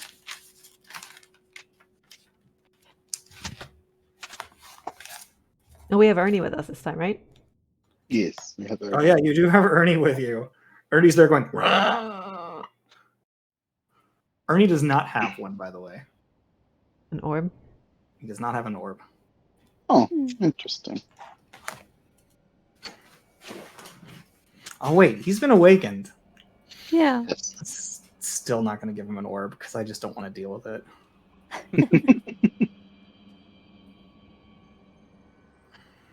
Ernie is immune. It's cold, Papa. It is cold. It's okay, Ernie. Don't worry. But as you guys, I assume, just like pile onto Ernie, those that can ride on top of him, the minivan-sized pig, will just take you down the mountain. Sure. In the meantime, who wants to roll a d10 as you guys begin making your way through? I assume you're just traveling normal. Not it. I guess I'll start. was gonna say, how steep is this mountain? I could just glide down. The thing is the part where you guys are at right now is more of a valley. Within, you can see peaks all around. You're not quite on the peak of anything. It's just like a very rocky, mountainous area. You rolled a 10. Oh, you rolled a 10. Okay. You guys can move clearly. There's no event. As you guys begin moving through the snow, you do see that there are things alive here. There are things moving about. You see like little rabbits, wolves. It's populated. Not super densely, but you do see creatures moving about. Do they have orbs? No, you don't see any orbs on any of these things. And your orb doesn't seem to react to any of them either. But with your passive perception, Seti, you will notice that there are some moments where your orb seems to push in a direction. Like it'll sort of drift almost away from you slightly. Do they all do that at the same time? Yes. Yes, they all do.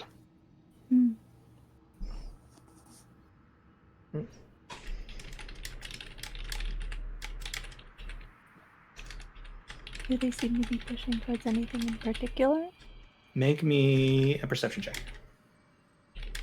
Active perception. Through the snow and all the white. Trying to pick something out in this is difficult. God, I'm rolling like shit today. Nat 1 for a 6. You just see snow. Okay. All right, I think they're acting as a kind of compass. Maybe towards something to hunt. Maybe. I mean, Phil mentioning hunting makes it seem like it might be an integral part of surviving in here, not like it was in the last one.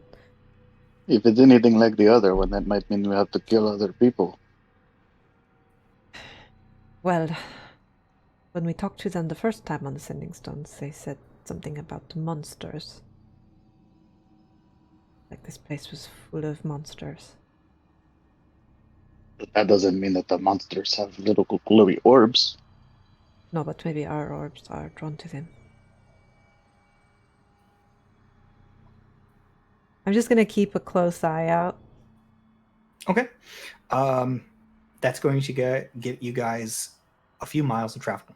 But then you guys find yourselves moving up and down these steep inclines. Sometimes you just find yourself tracing along the valleys, but in general, trying to move yourself in a direction you assume to be south. Somebody make me a navigation check. Survival? Survival. I say navigation because of Path of Exile. Well, there used to be Prophet a of Gaia. navigation. Yeah. Prophet of Gaia had navigation stat. I always say Path of Exile because PoE and POG. What'd you roll, Kita? 25. 25. You know where south is. You're heading south. That. Oh.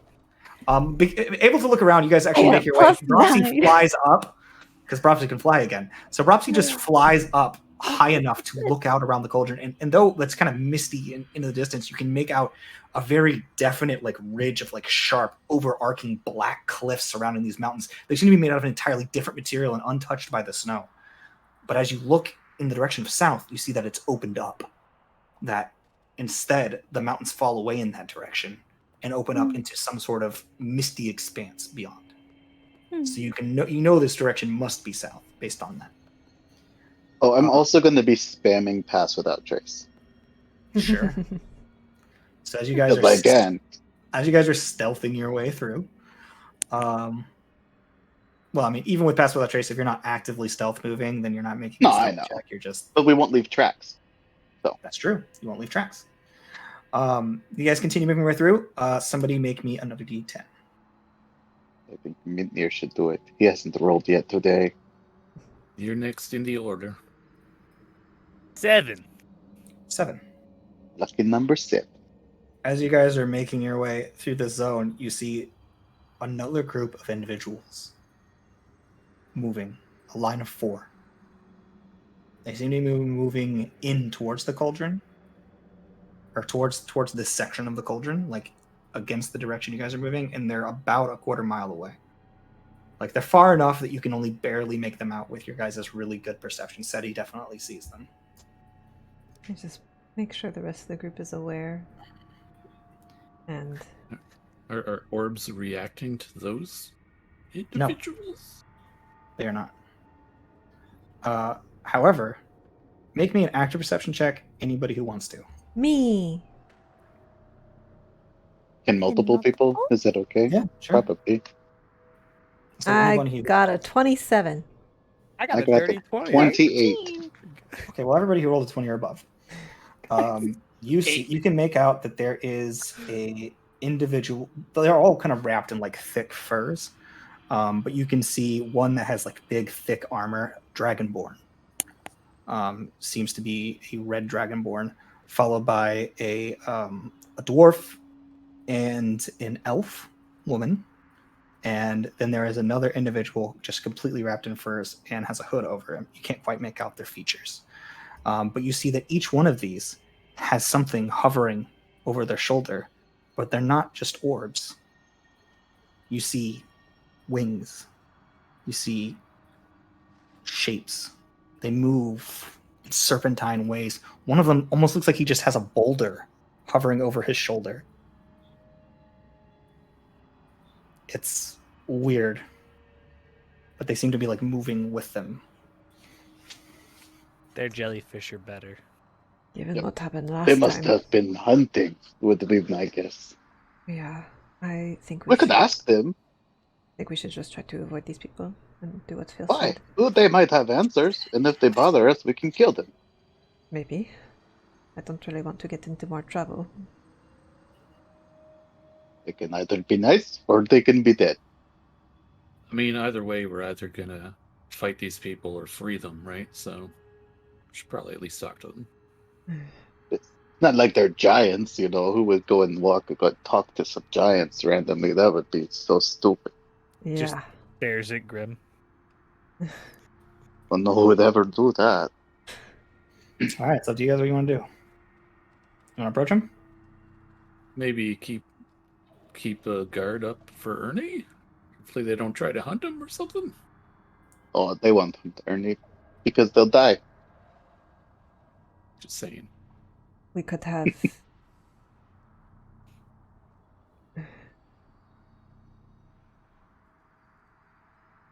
They're heading in our direction. No, they're heading in. They're passing you, adjacent to you, about a quarter mile off. Speaking of which, let's see if they see you. A quarter mile I is say not we far. start closing the gap. I mean, Instead we do of have a going straight, giant we just blue start pig. going. You It see might be one of the big. individuals, as you guys are kind of in their general direction, sort of peeks over that direction, Maybe pushes we the should person in front of them. dismount. Person in front of them sort of looks as well. Approach on foot. Yeah. I mean, I've been on foot the whole time. I meant like the whole party. We can't all go on Ernie. But it's intimidating if someone's mounted. I just kind of wave. They kind of the one that saw you, the female is the one that saw you, and she kind of, and they keep walking. Guess they're not very talkative. I'll go ahead of our group a little bit, like a scout. Are you heading towards them? Yes. Okay, you continue to head towards them, and then they stop for a moment, and then he goes, and you see the leader, the Dragonborn, seems to be saying something to one of them, the one that's hooded, and he goes, he sort of nods, and then there's a moment where he just his body begins to expand, and then you see giant wings pop out, and you watch as this giant eagle takes off and flies towards you. And as he lands, he collapses down and lands in humanoid form. And then he goes, and he looks his eyes up, and you see like marks, like these intricate marks curved all around his face, like just completely tattooed into his skin. The skin looks almost it's not, I want to say kind of pallid, in gray. As he looks at you, he goes, "You're new to this cauldron." We are. We were hoping to glean a little bit of information about what this place is. He looks over. He says, you can see his little rock creature is just hovering over his shoulder. You see his massive mandibles on this rock creature and has multiple legs. And it kind of goes, and it's hovering around his shoulders. It goes, shh. As you are new here, I will give you a warning. Stay out of our way. We don't want any trouble. We will be exiting this cauldron first. And if your quarry ends up conflicting with what we are hunting, I will give you time to leave. But if you persist, you will be dealt with. This will be your only warning. Fair enough. We won't hunt what you're hunting. Very good. Continue heading south and you will find your way into the Stormlands. Continue following across the bridges and you will head to the very heart. There you will find the Lifespring Cradle and other individuals who are waiting to be freed from this place via our tasks or the tasks of others. You can decide then if you wish to be a hunter or if you wish to be one of the swine wallowing and waiting to be saved. But the way out of here is to hunt a specific monster or hunt the most monsters or... You know little, but you will be informed. Your orb will respond to you. You will find out, but I suggest you start with something weak, as you all look rather weak. Mitnir will just like subtle growl underneath that at him. How many dragons have you killed?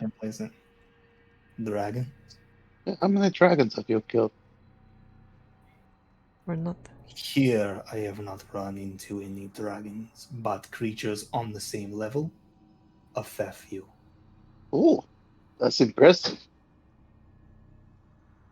You are one who is touched by nature, so you should be able to tell that I far exceed you.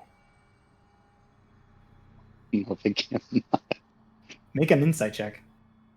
Mitnir spits. As I'm also touched by nature. I Like, said. not That's a at 20 him, just to the 21. ground. 21. This is Insight? an archdruid.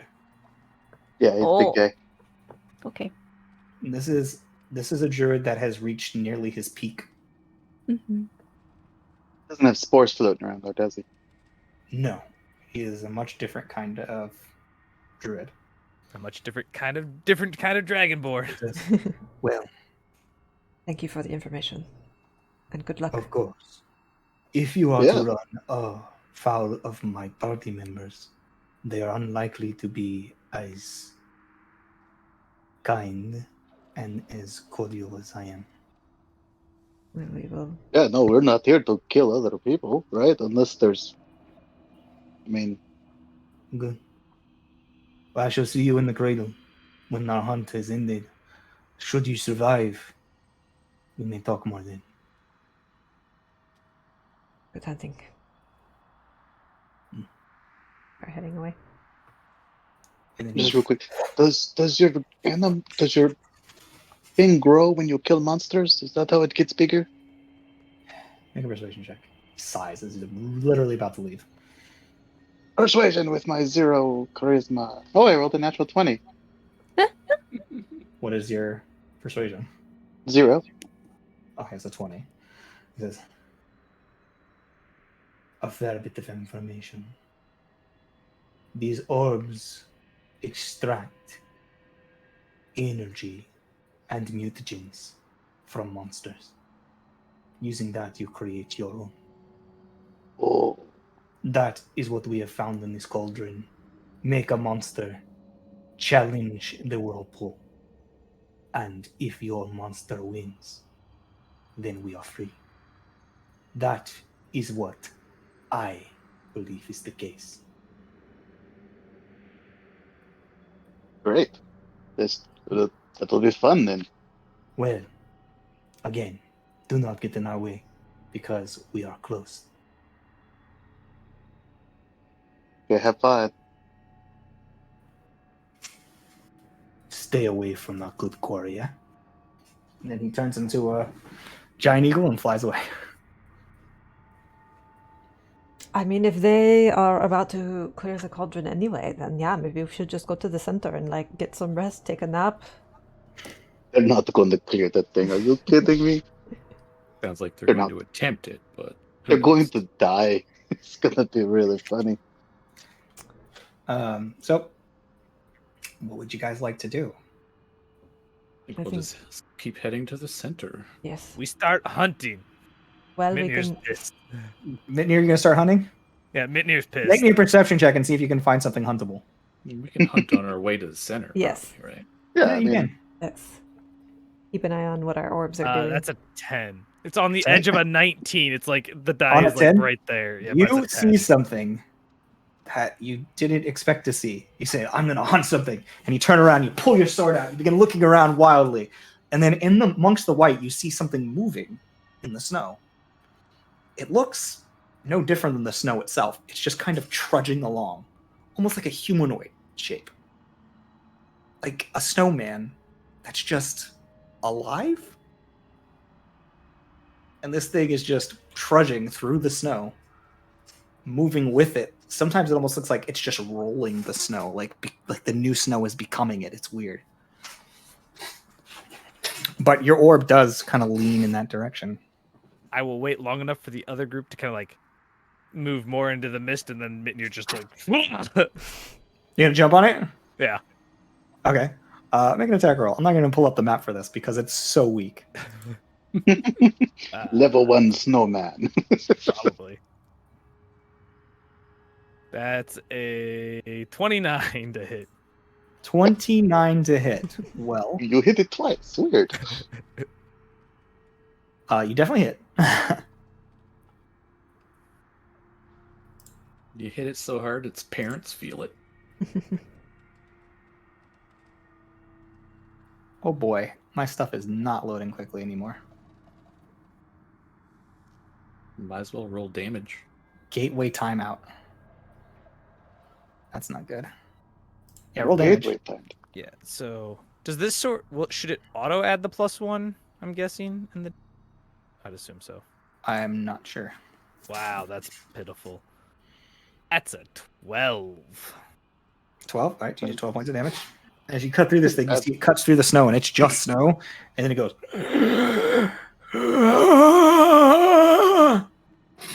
And then it's gonna lift its hand, and it's gonna attack you back. I'm not even gonna do initiative. I'm just saying this is just the order, unless you're doing your second attack. Do your second attack. Do your second attack. Sorry, my bad. It's 21 to hit. 21 hits. Yeah. So that would be 16 on the second one. 16. Okay. As you hit it again, it seems like it's almost like falling apart slightly, and you see your orb begins to react.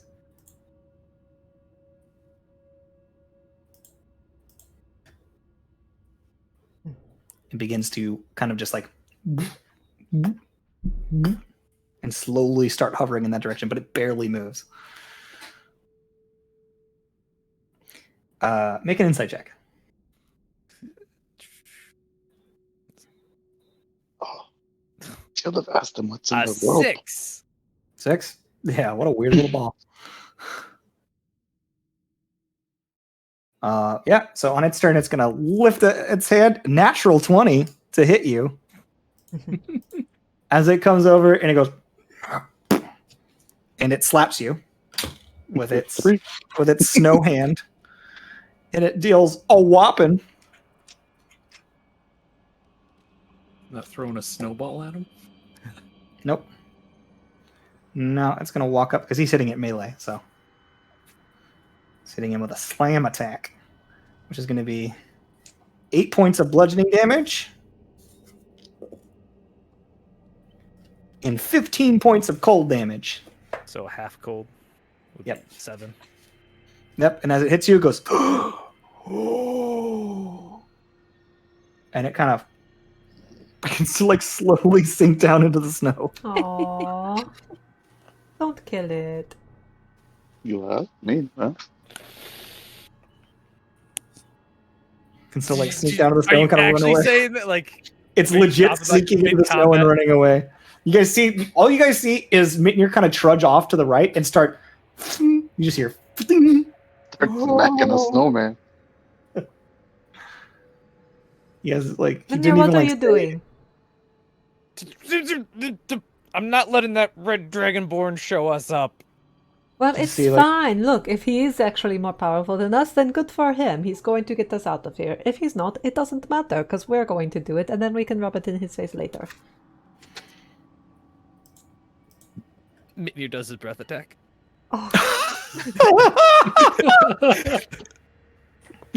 That poor little snowman. He didn't do anything wrong. If you want to leave, you have to be able to beat the whirlpool monster. Yeah, but that snowman's not going to help us do that. You're gonna make the whirlpool very cold. We have to grow our orb thingies, because those are what fight the monster. Well, he said we extract things from the monsters we defeat. Mutagens. He said Right. make a monster to fight the whirlpool monster. So you're going to make a monster out of snow? I think you can just keep adding stuff to it to build it up. Maybe. You might All right. want to So deselect make your it. breath attack. 8 plus con, so 12, and proficiency is 4, so 16 dex DC. That's a 16 Dex DC. Yeah. It succeeded. So it's So only half takes- damage. Yeah, 2d6. Ah, So that would only be 9 points of. Okay, so as this Lightning happens and you electrocute, it goes, and it just dissolves into the snow. Just, but your orb's kind of reacting and begins to slowly hover down there. And then as it does, you watch as the orb does the same thing it did to your hand. It kind of just, and as it does, it pulls in, and I need you to start a sheet because you, sir, are building your monster orb. So you get 30 LP. that stands for and- life points. 1 mutation. The mutations you may choose from the snow golem are frozen form, frozen fist, frozen to the core, immutable form, undaunted, and eyeless. But we can do that later. Yeah, Just I was go like, ahead well, and write we'll down save it. that you have gotten 30 LP. You've killed a snow golem, and you have gathered 30 LP and 1 mutation from the snow golem. And I will let you guys do that later. Mitnir just kind of comes back and's like, have to start That's somewhere. just him, right? That's Hmm? just Grimm's. I mean, that's just Mitnir's, right? Yep, just Mitnir's. Which I believe this is a common. There's rules. I gotta go to my monster orb rules to see how many times they can be. Mutated. No, I know how many times they can be mutated. I want to see how many times a monster can be absorbed. Oh, the same monster? They each have multiple absorption limits. Before Or like they a die. big group monster's gonna let everybody absorb it, but like a little wolf or whatever is not gonna. Correct. Hold up. I think Control F. he's better than us. Like, Mitnir's obviously pissed about the other Dragonborn's behavior. A creature can be caught a number of times dependent on its size. Tiny, once. Small, 2. It's automatic because it's already unconscious and dead. So, technically, this creature can be absorbed up to 3 times. 3 people could It's get medium. energy off of it because it's a medium-sized monster. No, it can only be absorbed once per person. Correct. Okay, so if you kill like a dragon, you can't absorb it Your 10 times guys' on your own. orbs, a couple of your guys' orbs are making their way there. You can stop them, but they are trying to make their way there to absorb something. So, I'm gonna start mean- mine. Grandma let his go. okay, so yours is going to get 30 LP and 1 mutation from a snow golem. So write that on a sheet somewhere.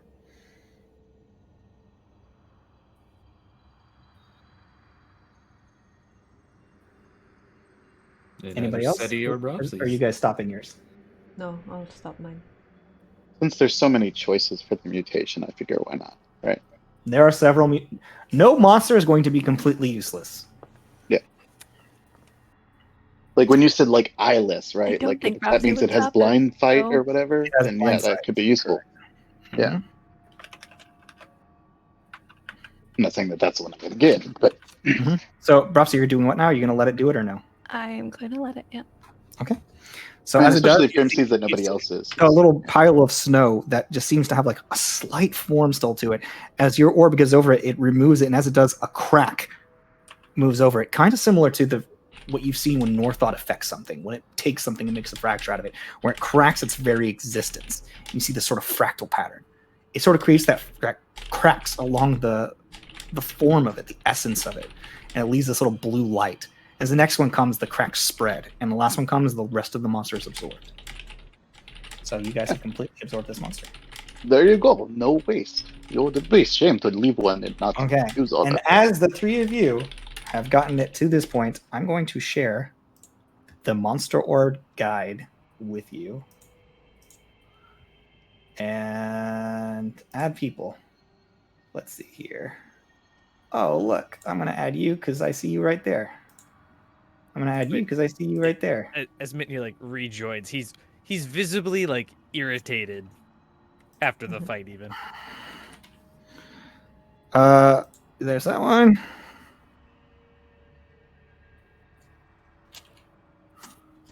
I think, did I get you all with that? I think I got you all invited to the Monster Orb rules. You will be wanting to spend some time studying this sheet. That is probably not very well designed. All right. Well, But I spent quite a lot of time working on this. The important thing to note is that LP caps at 1,000. Mm. So once you reach 1,000 LP, your monster is considered complete. As you absorb them, your monster can have a maximum of 20 mutations on it at one time. Once you've capped out on your mutations, you may replace old mutations, but the LP cost value does not go down. It doesn't replace the LP value. It just adds. So it replaces the mutation once you hit 20. So you can sort of hone it to better stuff. The way that they There's function really is, no permanent mess ups if you get something Correct. you don't want. the only thing is once you've reached 1,000 LP, you can no longer use the catch function to catch monsters. That's right, boys and germs. You are building your own Pokemans.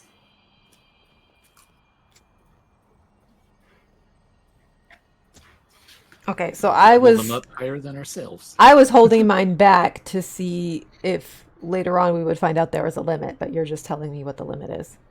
I am telling you that the limit is because the second you become aware of how your orb works, it becomes intuitive knowledge. Okay, so should I Because just it's just going to send... make it a lot easier for you guys to just memorize this stuff. Yeah. But I shared it with all of you. Okay, so should I just send mine in to get Snowman stuff? Snowman's gone Oh, okay. He's Can gone. only, yeah, can only do 3. Oh, okay. because it's a medium So sized what creature. if we wanted to do? Let's see. Hold on. Speaking of which, if you guys want to look at that, I will post. If you want to get an idea for this, I will post Snow Golem into our chat, and you can think about maybe what you might like. In the meantime, we keep heading south. You continue heading south. And we'll just keep an eye out for more pools from the orbs or any sign of other stuff happening that we could hunt or... Yep, go ahead and make me a D10 roll. Whose turn is it? Grim? Yes, Your it is turn. Grim. Grim, unfortunately, closed his thing, so give Grim 1/2 of a second. I think after this, like the entire time we're traveling, Mitnir's just kind of doing the like agitated walk, like constantly like. Mm-hmm. But he just shakes At his least you head. didn't have to face that archdruid who made you feel small. Oh, I rolled a 5.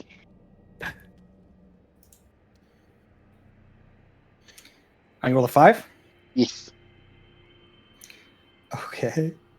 As this happens, and you guys realize you have just, murdered one of these little snow golems, suddenly you notice rising from the snow and moving past them, where you saw this one There's a lot more moving just ahead of you.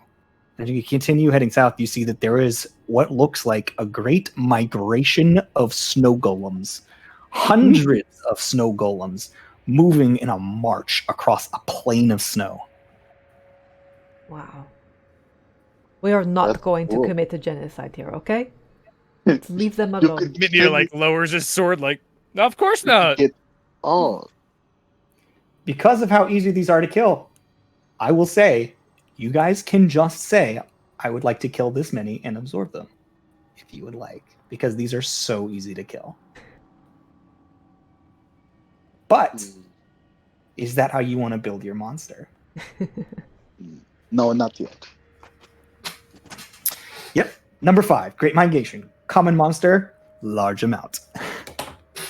You will find that these events are common throughout all of the different aspects of the Cauldron, and they will be different depending on where you are. But Great Migration is a great one if you want to hunt common monsters. But if you guys want to ignore them, then you can just continue south. It's up to you. Yeah, I would like to I ignore don't them. know that we As you need guys to continue change. south, ignoring these sort of things, along the way you do see what appears to be tracks of a wolf or other such creatures. You see massive holes in the sides of mountains that are completely circular and about 20 foot in diameter. What do you think made that? A giant worm? Maybe. But as you guys continue south, you see that it begins to fade. This sort of thick mist that was blocking and obscuring vision, and you see that to your left and your right, some mile or so in each direction, you can see that these cliffs, these jagged, sort of like this wet gray stone cliff, the same material that the statue was made out of whenever you saw it in the previous cauldron, seems to be creating a sort of boundary that holds this entire mountain range in a pocket. And the second that you guys get close enough to the edge, you see the rest of the cauldron. Twisting, moving, large pillars of this gray stone covered in moss and vegetation, birds flying through the sky in all directions. Life everywhere. You see hovering jellyfish flowing through the sky and moving about this space. You see lightning cracking in the distance as thunderstorms move about this space, which is miles across. You can see where multiple branches of this reach into this little pocket that you guys are in. And then looking around the rest of it, even beyond the mist, you can see pockets of different biomes in all directions. You begin looking off into the distance, and you can see a volcano burning miles away. You can see a section cut into strange honeycombed pockets below where you are that contain swamps, that contain whole forests levels in. You can see that each one of them has their own light source, has their own biome, their own weather. Whatever this place is, it is carefully articulated into specific different environments. And you can see the hands above you. The only thing that you can make out in the sky is just the gray and the shape of a hand moving, each one giving off a different aspect of light. And you can see rain pouring from one hand and heat moving from the other.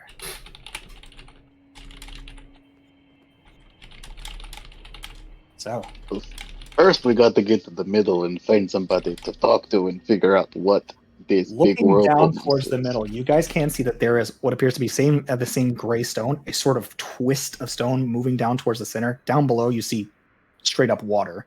There are at least 4 massive waterfalls pouring out of massive lakes in each of the 4 corners of this cauldron, separated away from you, even to the left and to the right, as you guys sort of peer your way through, as you begin to head into the Stormlands, as they are called, which is these lands that are nothing but these strange stone walkways that almost look like tentacles reaching out from the center.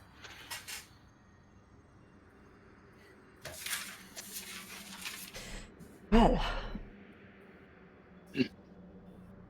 Yeah, we gotta find somebody to talk to first, because we gotta figure out what kind of monster we need to build. Actually, as you guys are making your way onto, if you guys are actually heading out, because you guys are saying no more here, or you guys want to hunt more in Ice Crack, which is the name of the zone. Don't really care. I don't really want to stay think in we the should cold just keep place. heading south. Okay. Keep heading. As you guys actually step out onto this sort of, thick walkway, that sort of bridge that goes in towards the center, you see that a jellyfish floats up to you, and you can see like it just kind of moves like little tendrils and stuff, and you see an eyeball stalk just starts growing out of one section of its head, and another eyeball stalk grows out, and then a little mouth, and he goes, "Hi there, welcome to the Cauldron of Life. Hi.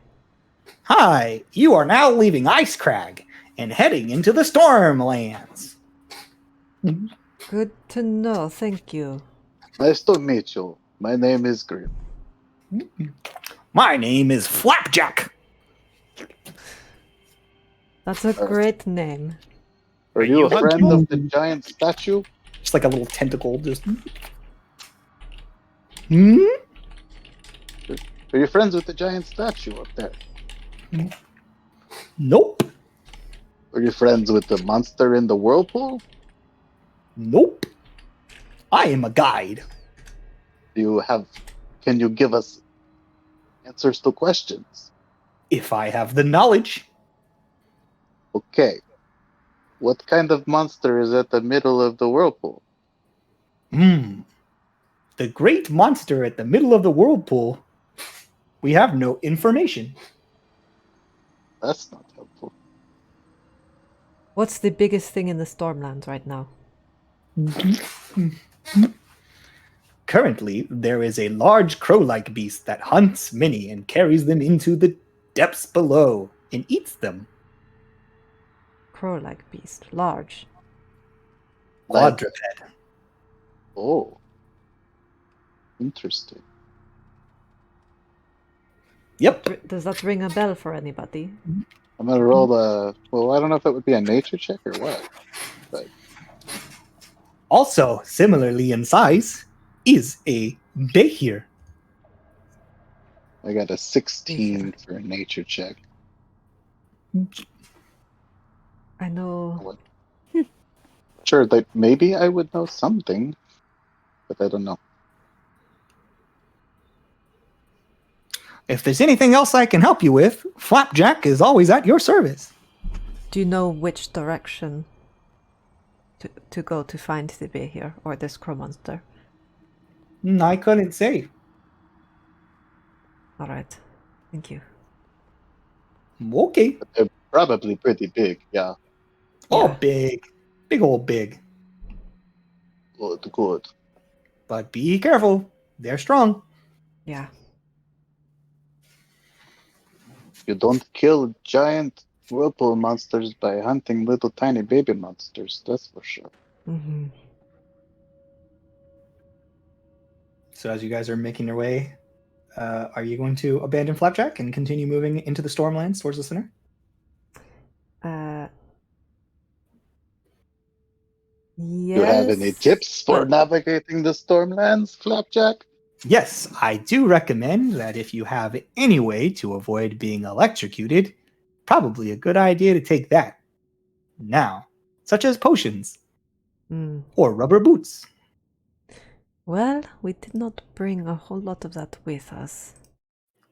Otherwise, it's very nice if you can fly, because the fall is quite a stumble. And you guys look over the edge, and it is just a straight drop for miles, like down into the waters below. You would die if you fell off of one of these walkways, unless you could fly. I could cast fly on Ernie. And then we all ride Ernie. That's true. But be aware, the skies are also not a safe place. We just need to not fall. Fly lasts how long? 10 minutes. Hang on. 10 minutes? Yeah, no, that's an emergency thing, I think. I do have Okay. one potion of lightning resistance, but I was going to say I could just I mean, we have a Mitnir. I mean, I can only help when I'm angry. I can only help you if I'm angry. You're not. You Quick, being somebody blue slap him. doesn't protect you from lightning at all. I mean, I'm fine, but you guys might turn crispy. Grim will be fine. Do we Speaking of want? which, let me guys know whenever you do pick your mutation, because your orb will immediately change form based on the mutation you choose. Yeah, I need to figure that out. I mean, I could also cast Featherfall on all of us if we would just want to jump. Either way, I'm casting a spell. Fly is free for me the first I mean, time. if you just want to jump, you will be going not to the center because the center is suspended above the whirlpool. I think we wanna My drawing follow is the so path. bad for the entire cauldron. It is very complex. It is it's hard. I can't. So I think we want to stay on the pathway. It's a bunch of Yeah. different zones. Okay. Some of the zones are elevated above the I lower. see. So zones. there are 17 different to stacked 30. levels of zones. You are currently at the topmost level. right. From this level, you can see that pretty much level with you in the very center, stationed above this whirlpool that seems to be made out of stone, but you can see water inside of it, like poured within it. And it's like kind of honeycombed, where you can see that like water drips in and below into what appears to be a massive ocean down below. You can see there are lakes at each of the corners that have waterfalls that fall down into lower sections with lakes and stuff in between them. And where this water is, you see it interacts with these different zones, creating either small oceans or Yes. or small seas or small lakes or whatever, or just feeding off into rivers or pouring down into straight into the abyss below. Let's go find this Behir thing. That sounds fun. Okay, you guys can attempt to hunt a specific animal. By doing such, you'll be making survival checks against the DC to find said monster. The more information you have on hunting him, the lower the DC will be. What do you guys think? You want to start with the big thing and Well- get our monsters stronger, faster? First of all, make a nature check to tell me if you know what a Behir is. What do I know if a Behir is? I rolled a 25. I rolled an 18. Well, Bropsy, you have seen one of these very recently, a young version of one, at the Neverwinter school. Hmm. Well, she's got. There we go. And you recognize them as a many-legged lizard-like creature that shoots lightning from its mouth. There you go. Grim, you know that. So you guys want to fight a lightning-breathing flesh centipede? I don't like that one Right. bit. Well, I suppose we have to start somewhere if we want to start, so sure, if we can find it. I don't really think that starting with the biggest thing is smart. Well, what we can do is Grim can go in invisible Okay, then on I'm all of going his spores at to. once, and then blow them up and kill the monster instantly. I'm going to go ahead and move you guys over to this map then. I apologize. I drew this in 5 minutes. I do think after what we've been through, we can take on a lot. Yes, I think we'll be able to take it. I mean, if we can take a dragon, we could probably. Do we know about how strong these usually are in comparison to dragons? Dragons are very strong. This is weaker than a It's- dragon. Compared to an ancient dragon, this is not. This is yeah. Well, I figured it just. But again, your matchup against the ancient dragon was really lucky. Yes, but we also, give it your all. Don't hold back. If things are looking rough, bring out all the big guns. Every fight could be our last, and we need to start treating them that way. Yep.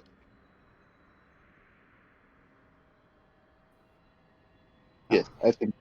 I mean, you just have to be prepared, right? You know it spits lightning. We know it's a thing with a lot of legs. Lizard-like.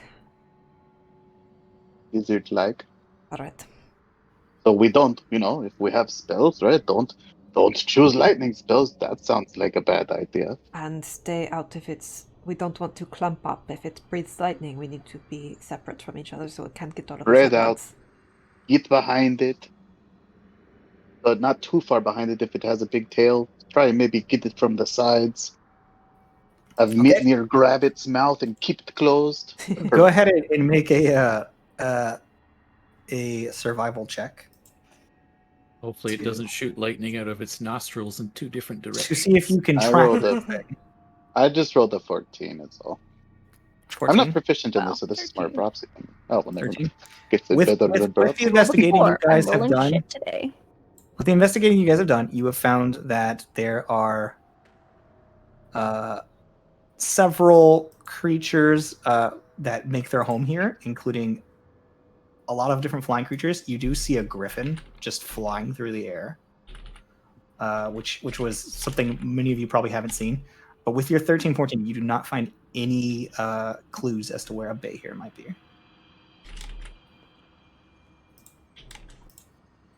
Well, Should we just keep But heading south and keep checking as we go? yeah, I guess we keep an eye out, huh? Yeah. Or keep an eye out in case the giant crow monster Make too. me I don't know what that is. somebody roll me a d10. I believe it's my turn. Oh yeah, it's a Grim's second turn. All No, right, I I'm was gonna last time. drag you guys onto this thing. I So you rolled can- with a 5, I think. I No, what did you roll? rolled a 6. 6. Yeah, because we've had a 10, a 7, a 5, and that was 6. Great. But it's a different Okay. area, I guess. So as this is happening and you guys are investigating, a storm begins to brew over the area. Oh shit. Ooh, Lightning begins to crack and rain begins to pour in all directions. The entire This is what we need the rubber walkway boots becomes slick, and lightning begins to strike in all directions. I need everybody to make a dexterity saving throw. for. Is this the part where I cast fly on Ernie and we all just get off the ground? Do whatever you want. being in the sky is going to be more dangerous than being on the ground. Well, not if the ground is conducting electricity. Is the ground conducting electricity? Is this an effect I can see? Oh yeah. Okay. Just Well, I rolled an 8, so. I got a 28, natural 20. Natural But 20. as a reaction, I got a I'm going to 27. cast Absorb Elements. Ooh, a nat 20 Nice. for a 24. Okay, Ooh. anybody who wrote the threshold for this is a 20. Take half as much on a successful save.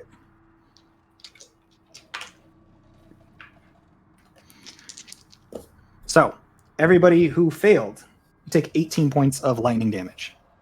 Like 9 because I used Absorb Elements. Yep. All right. And as you continue moving your way along this, if you're going to hunt for a specific creature, you may continue to make rolls to do so. The storm is persisting. resistance half of half then? Like a successful save and then resistance? Yes, Yep. it would be halved again. So those 4. of us that save take 9. Mm-hmm. Yep, and then Minir, you take 4 damage. Someone make it. Oh, I didn't roll for Ernie. A roll Ernie, check. what did you do? Oh shit, I don't have a blue let me. pig. Ernie, have what a did blue you pig. do, Ernie? Ernie has a +0. Hey, Ernie, let's see if you roll a natural 20. He rolled a 3. Okay, well, he's going to take Ernie? 18 points of lightning damage. Ernie, you take 18 points of lightning damage. Something smells good. That's Bacon? okay. We can heal Ernie, that's fine. Ernie, you gotta not get hit by the lightning, okay? Yeah, dodge better, Ernie. He's a water pig, so the lightning would hurt.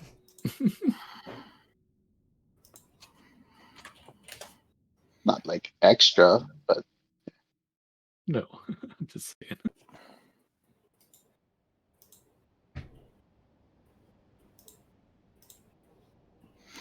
Okay.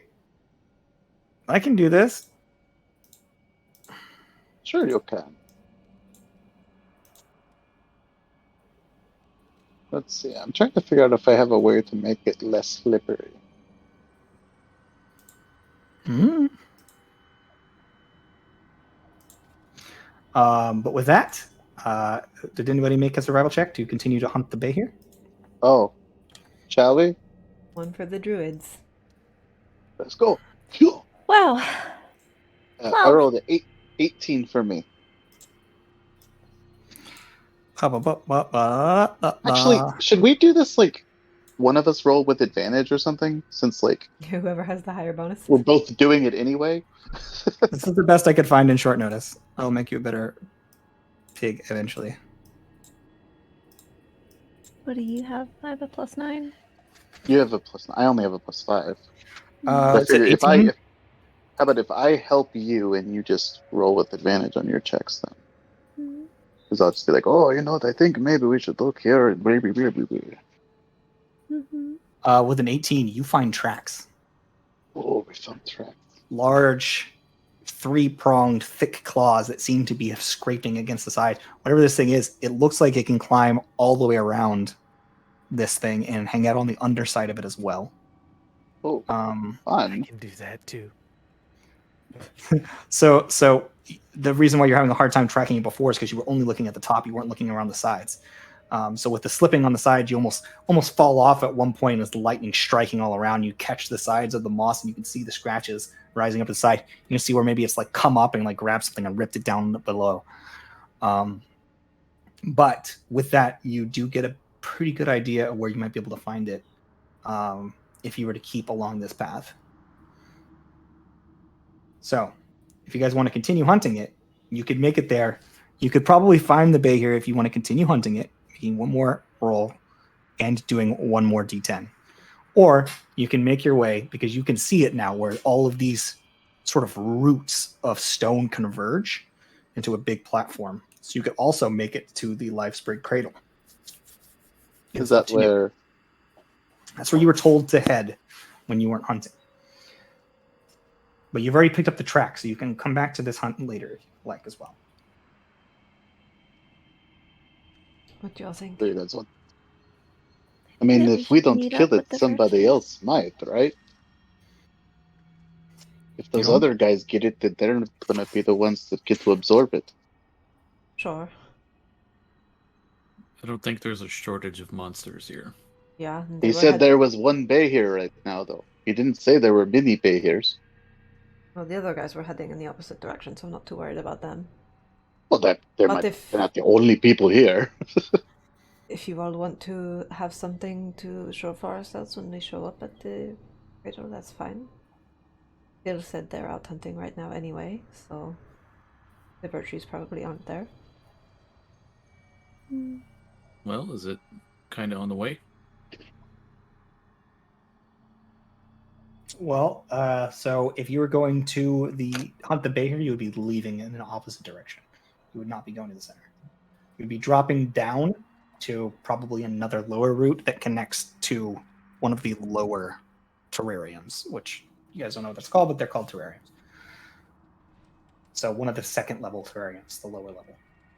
Is it like a wider open area down there? Like rather than just like a... It's set a little bit further in, so you can almost see it like when you look straight down. But it is just about the same size as the other one, but more spread out and more connected. Well, we're all pretty fresh, so I say we might as well just at least do one hunt before we go in. All right, so as you guys drop down and begin making your way across this route, make me 1d10 roll and 1 survival check. I think. So yeah. Robson's going to do survival with the thing, right? And then we may as well. Yeah, and should we just kick the 10 back up to Orin? Sure. No, it's Cropsy's turn. Survival?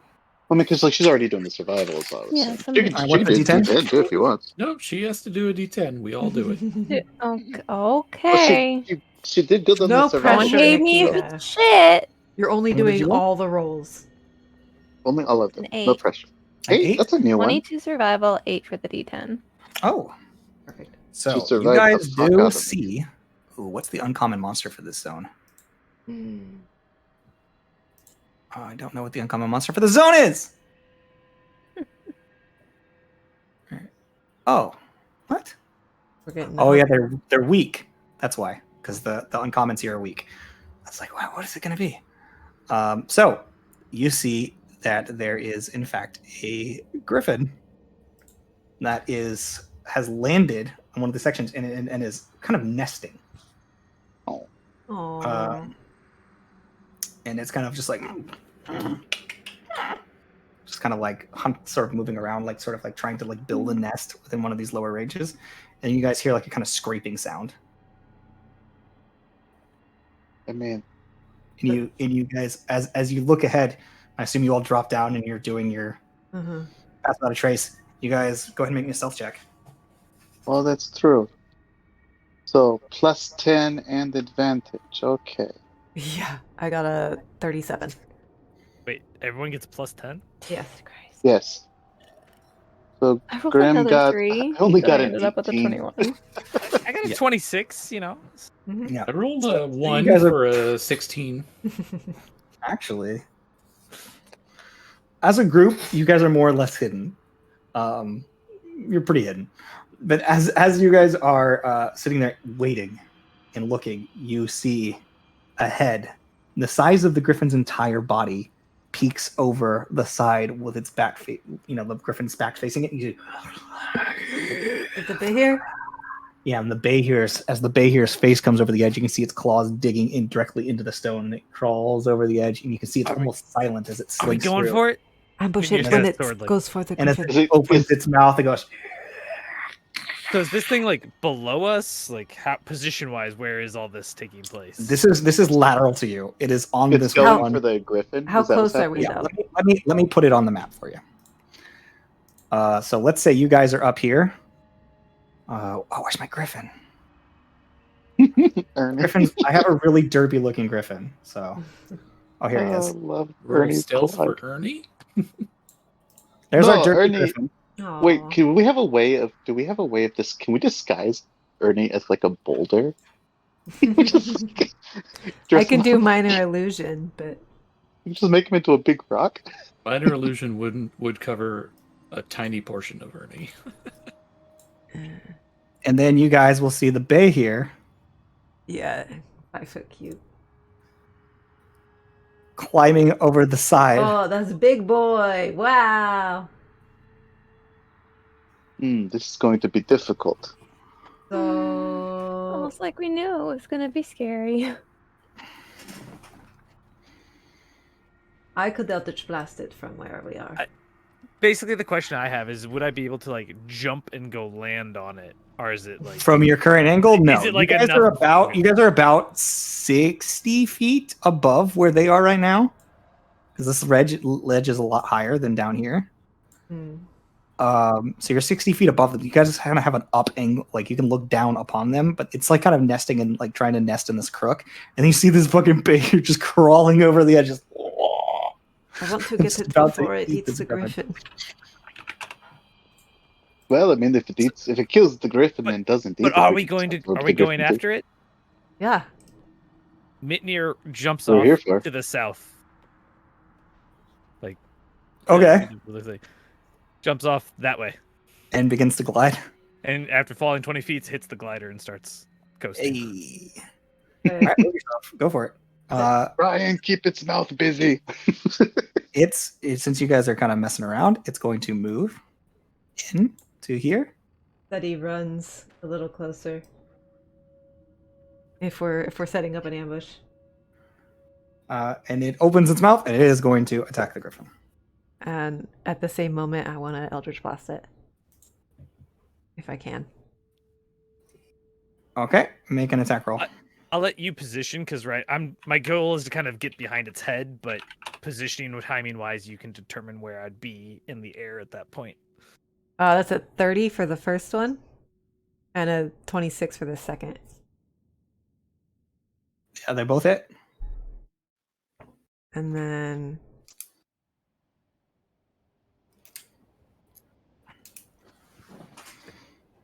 Orin's gonna bamf out his wings.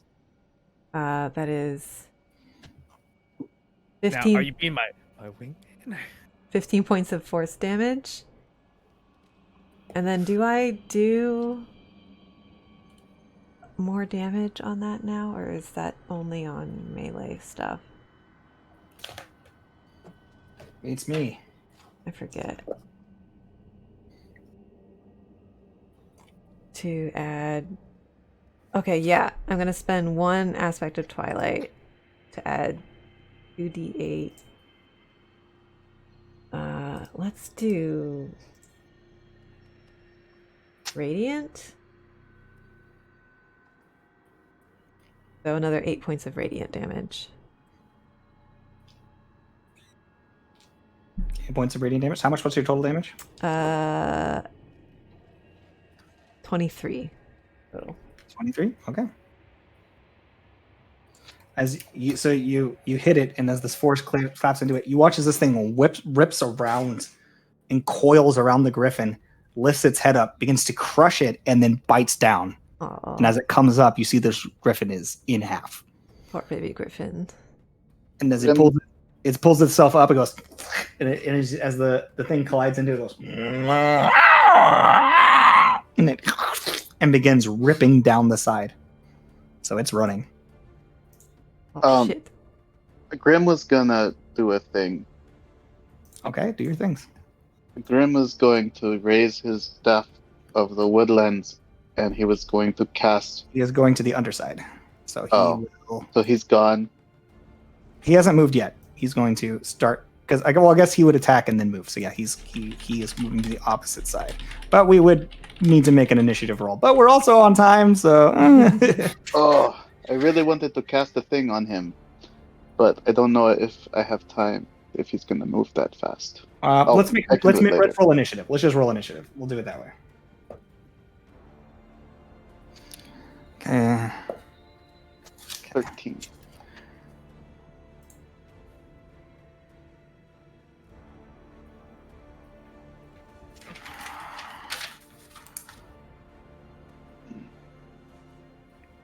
Okay. 25 to 20.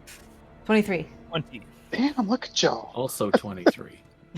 Yeah, You go I rolled first, really Thomas. well. Yeah. Look What'd at you y'all. roll? What'd you roll, Minir? I'm not 20. There's All right. 23, 23, and 20. And then there's me and Bropsy.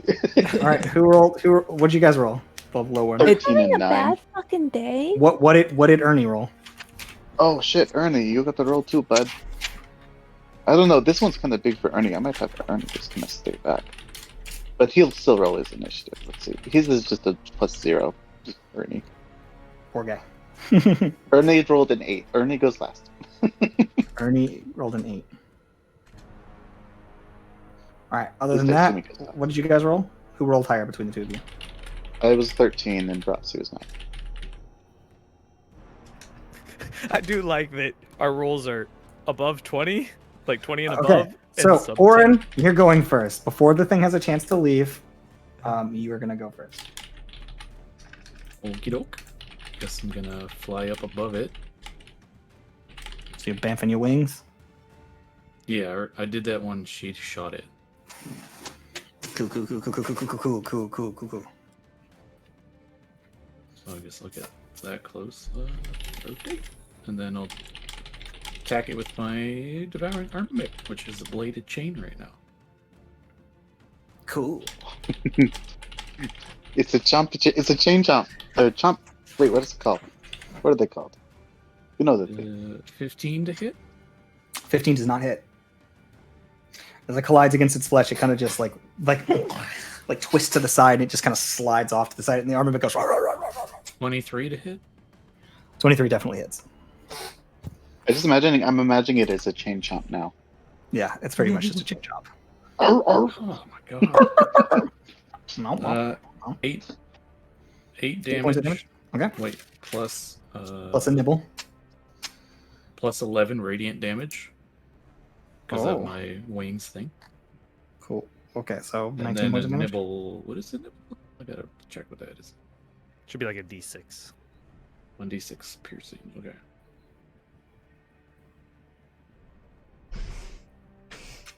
Plus 4.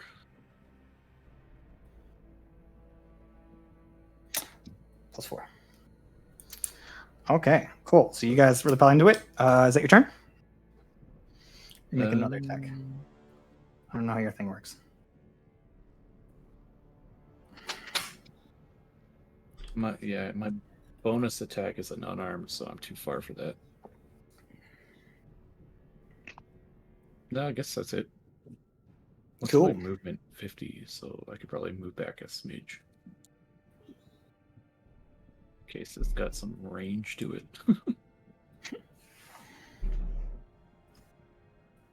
I like how you guys went and hunted the bay here, and that's like the one thing I actually haven't filled out. It's mutations. Well, you got time. You'll Yeah. have time. There were so many monsters in the place you were that were completed. Hmm. So, are you done? Yep. Okay, steady. I am going to try something new and cast Psychic Lance. It needs to make an intelligence saving throw. Your stream went down and it broke the thing. The music thingy. music thingy. Went That's what I away. meant. Oh, Sorry. what kaboom! Well, that's a big old failure. There we go. There's the music. I Okay. probably minimized it again because I'm a dumbass. Okay, so it is going to take 24 points of psychic damage. All right. But hang on. Spells. No, not spells. Features. I did bonus action hex first. For those of you guys who haven't had a chance to read how your monster orbs work, the catch feature has a modified threshold based on the target's challenge rating and their HP. So once the monster is at 50% HP, the catch threshold goes from 100%, which is a +8, down to +5. And when they're at 25% HP, it's +1, which allows you to catch them, i.e. take samples from them, without killing them. So be aware that as you are hunting, you do not have to kill your targets. Okay, but this one killed the griffin, so I want to kill it. Okay. Fuck big. No. I just wanted you guys to know, because you intuitively know how your things work, that you can catch things okay. without killing them. So I did 24 points of psychic damage and then an extra 4 points. So 28 Okay. total. Okay. And that is my turn. Cool. It is the Bayhir's turn. He's running. It's not like it goes. And he's going to go over the side, which is not very far for him. And then he is going to. You guys are going to hear scraping along the thing.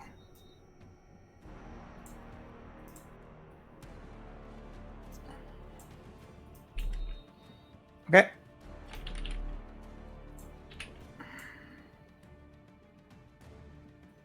What the scaredy cat? See, it's like as it does, like you see its many legs pulling, and it's like dragging the corpse with it. Just blood going straight off to the side. And it sounds like it's moving northeast, like up the thing. It's moving away from you on the underside of the. Yeah. And it's moving fairly quick. Well.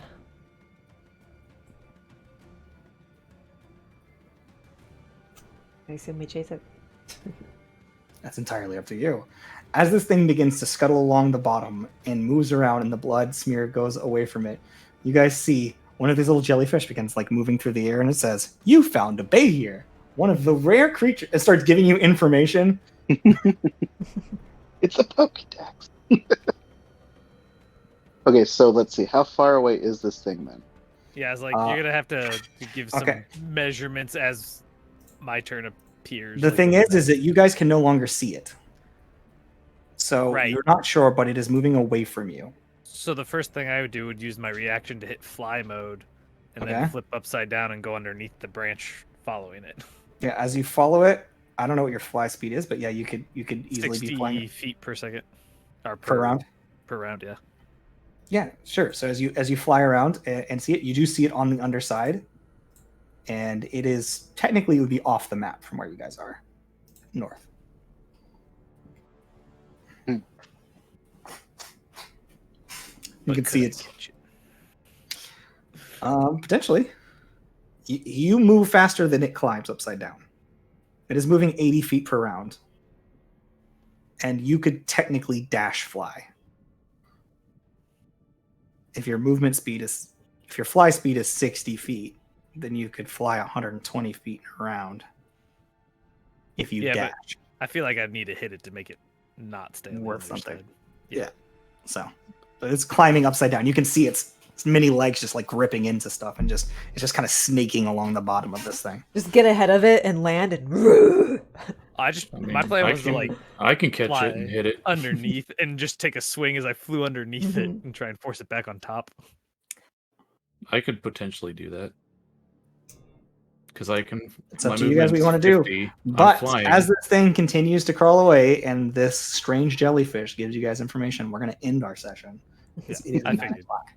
And even though that's not a very great place to stop, next week when we actually get back to this, I will have rewards for killing things and I will have their stuff figured out. So it's a convenient place for this to stop for that. So thanks so much for hanging out, guys. We'll be back next week. In the meantime, I might do some mini sessions if people want to hunt monsters for their orb if we want to shorten things up. But that depends on my players. So we'll see what goes down and how long it takes me to plan out all the different areas, different terrariums, different oasis, which is the lower section terrariums. So thanks so much for hanging out, guys. We love you. And remember, we did it for the rolls. Bye. Bye. Whee!